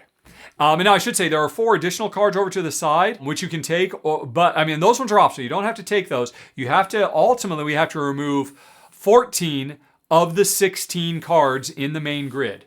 And so, if you're trying to protect the apple, you might take the one that's next to it. That's like the, what is it? I think it's like, it looks like it's a round thing that's the same color as the apple. It's got a couple of needles in it. You might take that, because what you're trying to communicate to me is this card I just took away, this one represents the one I'm trying to protect. And I might look at that and say, oh, green, like the apple. Oh, and it's round like the apple too. And so I might suspect that you're trying to protect the apple. But you know what else is round? That artist palette over there on the left. Maybe you're trying to protect that. You know what else is round? That tape measure down at the bottom. Maybe you're trying to protect that. I don't know. But you took that one away. Now, every time you pull a card away, there's a risk that you're actually going to take mine away. And if my protected one is taken by you, we lose. If I take your protected one, we lose. So we have to get rid of all the other ones. So you hold your breath, you take that away, and you breathe a sigh of relief when I say it's okay. And now I've got information about what you're trying to protect. Which of the round things you're trying to protect, I don't know. I could gamble and I could take one of those away because, of course, I'm trying to protect the telescope. But I should take away one that communicates that to you. So maybe I'll take the broomstick right next to it because both of them are at like a 45-degree angle and they're long, skinny sticks. And if you see me take that away, you might say, oh, he's trying to tell me maybe it's the lamppost, or maybe it's that telescope, or maybe I'm not sure yet. It's a cleaning utensil. Maybe it's something to do with something else. I don't know. And so we communicate by risking and gambling and pulling ones away. And the more cards we pull away, the more our teammates should know what it is we're trying to protect.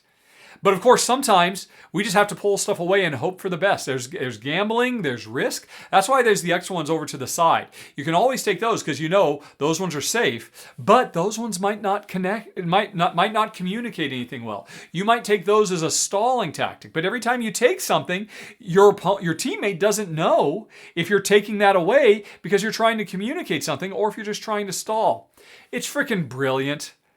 It's as good as Mysterium. And Mysterium spawned like a whole series of games like this that are, generally for party, bigger groups of people with like complex rules and all kinds of stuff. This game is brilliant in its pure simplicity, and I love it because it's 2 players only. And most of these games often, like, Dixit just won't work at all with 2 players, and, or other games like it. And so I was so happy to see one of these games that you can play in 5 minutes. It's the ultimate restaurant game. You could, and just like shuffle them up, flip a few over, deal again. And it's always fun because ultimately you'll have to explain, what, I did this and this and this. It's obvious it was that. And you can't talk at all. And it's great. I'm super impressed by it. Also, it's a super tiny box, so it fits on my shelf without taking up too much space. So that's another feather in its cap. It is number 4. Focus. Oh, it's lovely. Okay, folks, number 3 is Dorfromantik, the Duel, which, by the way, I'm relying on YouTube channel Should I Buy This Board Game once again, and she does a great job showing off the components. Now, here's the deal. I talked about a different Dorfromantik before that didn't work for me because it was nowhere near as good for our taste as the original Dorfromantik. But here's the deal, folks. Dorfromantik the Duel turns Dorfromantik into a 2-player only competitive game. And I'm here to tell you, it is a better competitive game than a cooperative game. And that blew my mind. Because the coolest thing about Dorfromantik is the cool, achievement unlocking system, and I love everything about that. But it turns out they were able to turn into a great little 2-player head-to-head co-op game. So here's the deal. It's still regular Dorfromantik. Every turn you're going to draw a tile. You're going to find a place to put it out in your growing village. You always have to make rivers match with rivers, roads match with roads, but otherwise there's no restrictions. At any given time in this game, you've got 3 objectives on the go. As soon as you complete one objective, make a village of a certain size or whatever it might be, get certain things next to other things. You then draw a new card, which gives you a new objective, and you add that, or not a new card, a new tile. You add that to yours, as does your opponent. Every time I create a new objective, you get the same objective in yours. And here's the thing, folks. There's one player who is the lead, and at every turn, they draw blind from their deck of tiles to see what everybody's going to place. You, my opponent, you've got a set of the exact same tiles as me, but my tiles are face down, shuffled up. Your tiles are all face up, making it easy for you to find. Because when I draw the tile that has a forest and a river running through it, with forest on either side, you have to find the exact same tile, and we're both going to put the same tile into our individual villages we're trying to build. And early on, I guarantee you we're going to make a lot of the same moves. But eventually we're going to start thinking, oh, I should do this, and you think I should do that. And then we start to diverge. And sooner or later, you know, hey, one person finished an objective before another. So now that person creates a new objective for both players. And now one player's got 4 or 5 objectives while the other one has 3. And before you know it, our 2 villages are radically different. But every round, it's still the exact same simple thing. Draw a tile, place a tile. If you complete an objective, next turn, draw an objective tile, place that tile. And it's amazing to me how well it works. It works so well. It is so good. And every time you play, the order of objectives you get is going to make things different. Also, the game comes with a few different modules, and the first player to hit certain goals has the opportunity to grab one of the modules. And these are kind of like some of the modules that were unlocked in Dorfromantik, but they are new. And actually, the game comes with a little expansion for Dorfromantik as well. So there's one that's the photographer. So you get this little photographer token that when you place a tile next to the photographer automatically moves to that new tile and takes a picture of that new tile and scores you an extra point. So all of a sudden, you don't want to put your tiles just any old where. You want to put them next to the photographer. But that means you're not completing an objective on the other side of your village because the photographer's on the wrong side. So you've got new questions. Or you've got new types of tiles, like you put hearts down on these tiles, and normally, the game's very relaxed and very forgiving about how you place tiles, but if you put a heart on a tile, now you want to get exact matches on every single type of that tile. So I forget, there's 5 or 6 different little bespoke mini objectives you can get. First come, first served. If I unlock one first, then you can get it later, but it won't be as good for you. And some of them, if I unlock it first, you can't have it at all. So we're racing to get to those modules that will make the game feel very, very different every time we play, but there's no guarantee when I start if I'm going to get module X, Y, or Z, because you might get it first. It's great. I love it a lot. I'm still not sure if we're going to keep it, but because I have one problem with it. This has got to be one of the biggest table hog games I've ever seen. Dorfromantik, by the time you finish a game of Dorfromantik, you've already made a ginormous village. It fills up a sizable portion of the table. Now, in Duel, you're making just as big of a village you ever did, but you're making 2 of them. One for me and one for you. This is already bigger than the biggest Vita Lasarda game, just to have these 2 gigantic villages next to each other. You don't even know what way they're going to evolve and expand, so you got to give yourself a lot of space to expand in all directions. But that's not all, because remember, one player has to have all their tiles face up, so that when I draw face down and tell you, hey, get the one that has the train line and the village and the forest, you've got to see all your tiles. So it's like you've got 3 full Dorfromantik villages, and this will fill up the biggest table out there. And that's a real crying shame. If they had made the tiles in this game tiny, like the tiles in Dorfromantik, like Luggage, so it would be a little bit more under control, this would be a 100% keeper for me and Jen. My only problem with it is, there are a lot of times I play on a table that is simply not big enough to play this game. And that's weird because this is a 2-player only tile laying game, and that's not normally a problem I run into. But we ran into it with this game. And that makes it a bit of a hassle to deal with, which is a shame because otherwise this game is phenomenal. It would have been much better if they had just put numbers on all the tiles. And so you, as a second player, you just keep all your tiles in a row, right? Or, in numerical order. And then I say, hey, take tile 13. And all you got to do is just get tile 13. And if they were smaller tiles and they had just put numbers on all the tiles, this would 100% be a keeper.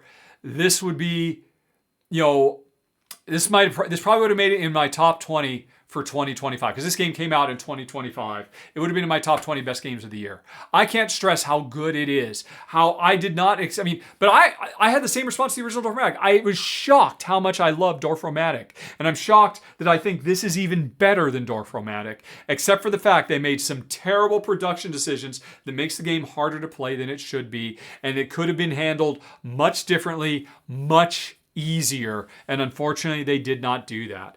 So it's on the bubble for me, but I'm here to tell you Dorfromantik Duel is great, and it's my number 3 of the month. All right, folks, we have made it to number 2, and I've done a run through for it, so I don't have to spend much time on it. It is Mayor of Chicago, which is not widely available yet. I got a pre-release copy, but as I understand it, we are going to be seeing it rolling out in the coming weeks and months. I've already put my run through up, so you can go check that out if you like. Link for it down in the show notes, like always. This is officially a solo-only game designed by one of my favorite designers of all time, Javier Jorge, and it is about players trying to run a campaign for mayor in Chicago, probably in the 50s. It seems like it's kind of set around that time frame based on the clothes people are wearing. Or I shouldn't say people, the cute little anthropomorphized animal denizens of this fantastical version of Chicago. Here's the way it works.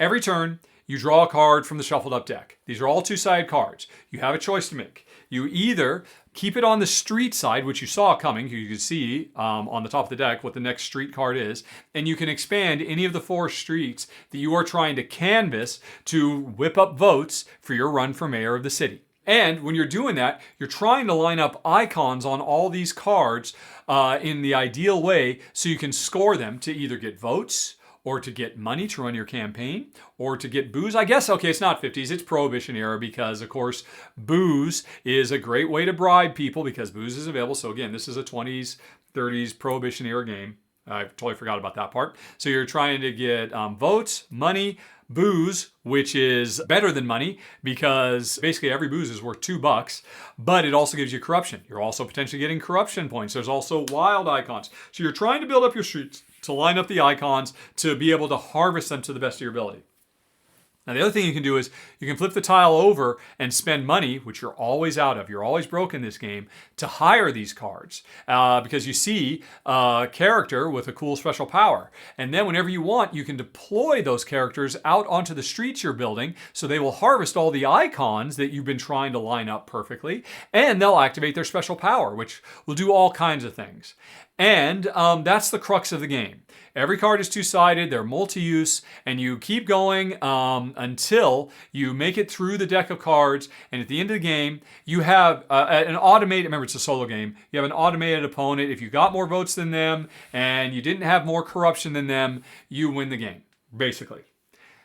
So I don't really play solo games. Here's why I rank this so high, because if you buy 2 copies, then you can play a co-op version, and the co-op version works fantastically. You set up next to me, and we're both playing the same game. And remember how I just talked about how Dorfromantik Duel missed the trick by saying, hey, every time I pull a tile, you just have to look through all the tiles to find it? This game did the smart thing. They just put numbers. So I draw a card, and I say, hey, find card 37, and all you gotta do is just whiffle through, and you find card 37, and now we're both looking at the same card. And we both decide if we want to hire the person, only one of us can do it because there's only one newspaper reporter. And so that means if you want to hire that person, then I've got to take the city card. Oh, by the way, I forgot. There's also, you can discard cards and get benefits in various ways too. So there's a little bit more to it than that. This is a brilliant example of, well, really what Dorfromantik should have done, turning a solo game into a great 2-player game, and it's done perfectly. If you'd like to see it in action, you can watch my run through. I am super impressed by it. It is no surprise from Javier Jorge, one of the greatest designers of all time, and I think as more people get their hands on it, they will find it's a phenomenal solo game and a phenomenal 2-player co-op game. It's my number 2 game of the month, Mayor of Chicago. And oh my goodness, folks, we made it. I thought we never would. What are we at now? Jeez, almost 3 hours. Let's go with my number 1 on the list, Akropolis with the Athena expansion. Now, I covered Akropolis a couple of years ago, back when I still lived in the States. I thought it was a great tile layer. Thought it was a total keeper. In a nutshell, because I'm in a hurry now, because we've been talking for way too long on this roundup. This is a tile laying game where every turn there's a handful of tiles out. You can grab the one that's closest to players, or you can spend your resource stone to skip over that to grab other ones. Eventually, all but one of the tiles are going to be grabbed, and then more come out. And basically, you grab these tiles, spending resources to get the ones that are ideal for you, and then you expand your ancient Grecian city, either expanding outwards, trying to get these are triominoes, 3 hexes put together, and you're trying to expand your city, getting the right color tiles next to each other. You can also build upwards towers by putting stuff on top. That's how you get more resources to grab the tiles you want. And each one of there's the residences and the markets and the outposts and I can't remember what they're all called. The parks, they all score in different ways. And the base game, that's pretty much it. And it was a brilliant game, a really good tile layer. And I liked it quite a bit. And I thought it was a keeper already. But I have to admit, I had recently been thinking about maybe I wasn't going to keep it because it was not best of all time tile layers. It was just a really good one. And I was running out of space. And I was thinking maybe I should get rid of this. But before I did, I tried the expansion, and this so elevates the game. This has put this into best of all time tile layer territory. I need to go back and think, does this put this Akropolis into my top 100 of all time? I don't know about that. But I would never play Akropolis without the Athena expansion. And by the way, thanks very much to Board Game Ninja, another YouTube channel that I'm using to show. Because up till now, I imagine James has been showing the first half of Board Game Ninja's video, just showing Akropolis. But now, James, skip forward to showing the Athena expansion. Because here's what gets added.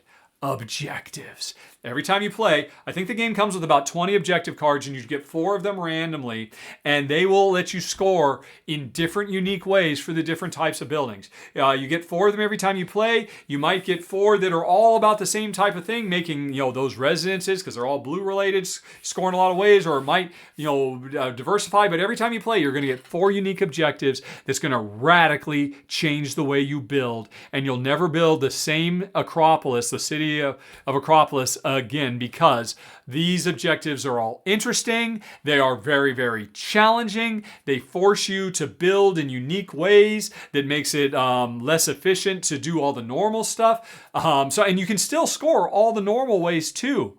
But if you complete these objectives, one, you get a bonus tile, and the first player to complete an objective gets their choice of any of the 4 bonus tiles they want. If you come later, you have fewer to choose from. But these bonus tiles are 1x1s, and they're perfect for filling in spaces or building up on high ledges and giving you huge bonuses. Plus, if you complete all 4 objectives, which is doable, but is very, very challenging, and you have to make a lot of compromises to do it, but if you do it, you build the complete statue of Athena. And if you do that, every leftover stone you have at the end of the game, instead of being worth 1 point like the regular game, is worth 5 points. And that is game changing. If you can pull it off, that is a source for winning. Honestly, if I had one complaint, I do wonder if maybe they should have been 3 points instead of 5 points, because that does seem really super powerful. But I'm not sure, and I'm inclined to trust the designer that they know better than us. I'm not going to say anything is broken. I'm happy with it as it is, because just introduce an already very, very good tile layer, introducing this very smartly implemented objective system that gives it so much replayability through variability is just awesome and just makes it climb up the rankings of my overall game collection. And now I would not get rid of Akropolis. This is a total must-have expansion for what was already a great tile layer, and it has now become truly phenomenal. One of the greats. I cannot sing its praises high enough. I still in the back of my mind worry about that, but I'm happy with the rules as they are. It is the best gaming experience Jen and I had this month. Getting reacquainted with Akropolis now with the awesome Athena expansion. Oh yeah. And that is it, folks. I am done, and that was two mini games. I'm going to warn you right now, folks. Next month, Jen and I are taking it easy. You're going to be lucky if I talk about 10 games in the next roundup after doing 30 games this month. And the shortest month of the year. Oh my gosh. But we had a lot of fun playing. I hope you had fun watching this video. Maybe I pointed out a game or two that might be of interest to you. Again, for every single one of these, there's links down in the show notes to learn more about them. And in closing, I would like to say thank you very much to James Wood, who for the last year has kind of been an intern editing these videos. As of this video, he is now an employee of Rahdo Runs Through because I just couldn't take advantage of him anymore. So welcome to the party, James. And sorry I introduced you with the longest roundup I have ever done before, but I'm sure you pulled it all together. And folks, I want to thank everybody for watching and liking and hyping and commenting and all the rest of it. And we'll see you again a month from now with hopefully a shorter list, because this is killing me, folks. But I won't deny I'm having a good time. And we'll see you next month, everybody. Talk to you later. So long. Bye-bye. Oh, and by the way, there's a bunch of stuff you can click on. You can watch last month's roundup. You can watch other run-throughs. All kinds of things are just waiting at your fingertips. Won't you click? Won't you click, click, click? Do please click. Click, click, click, click.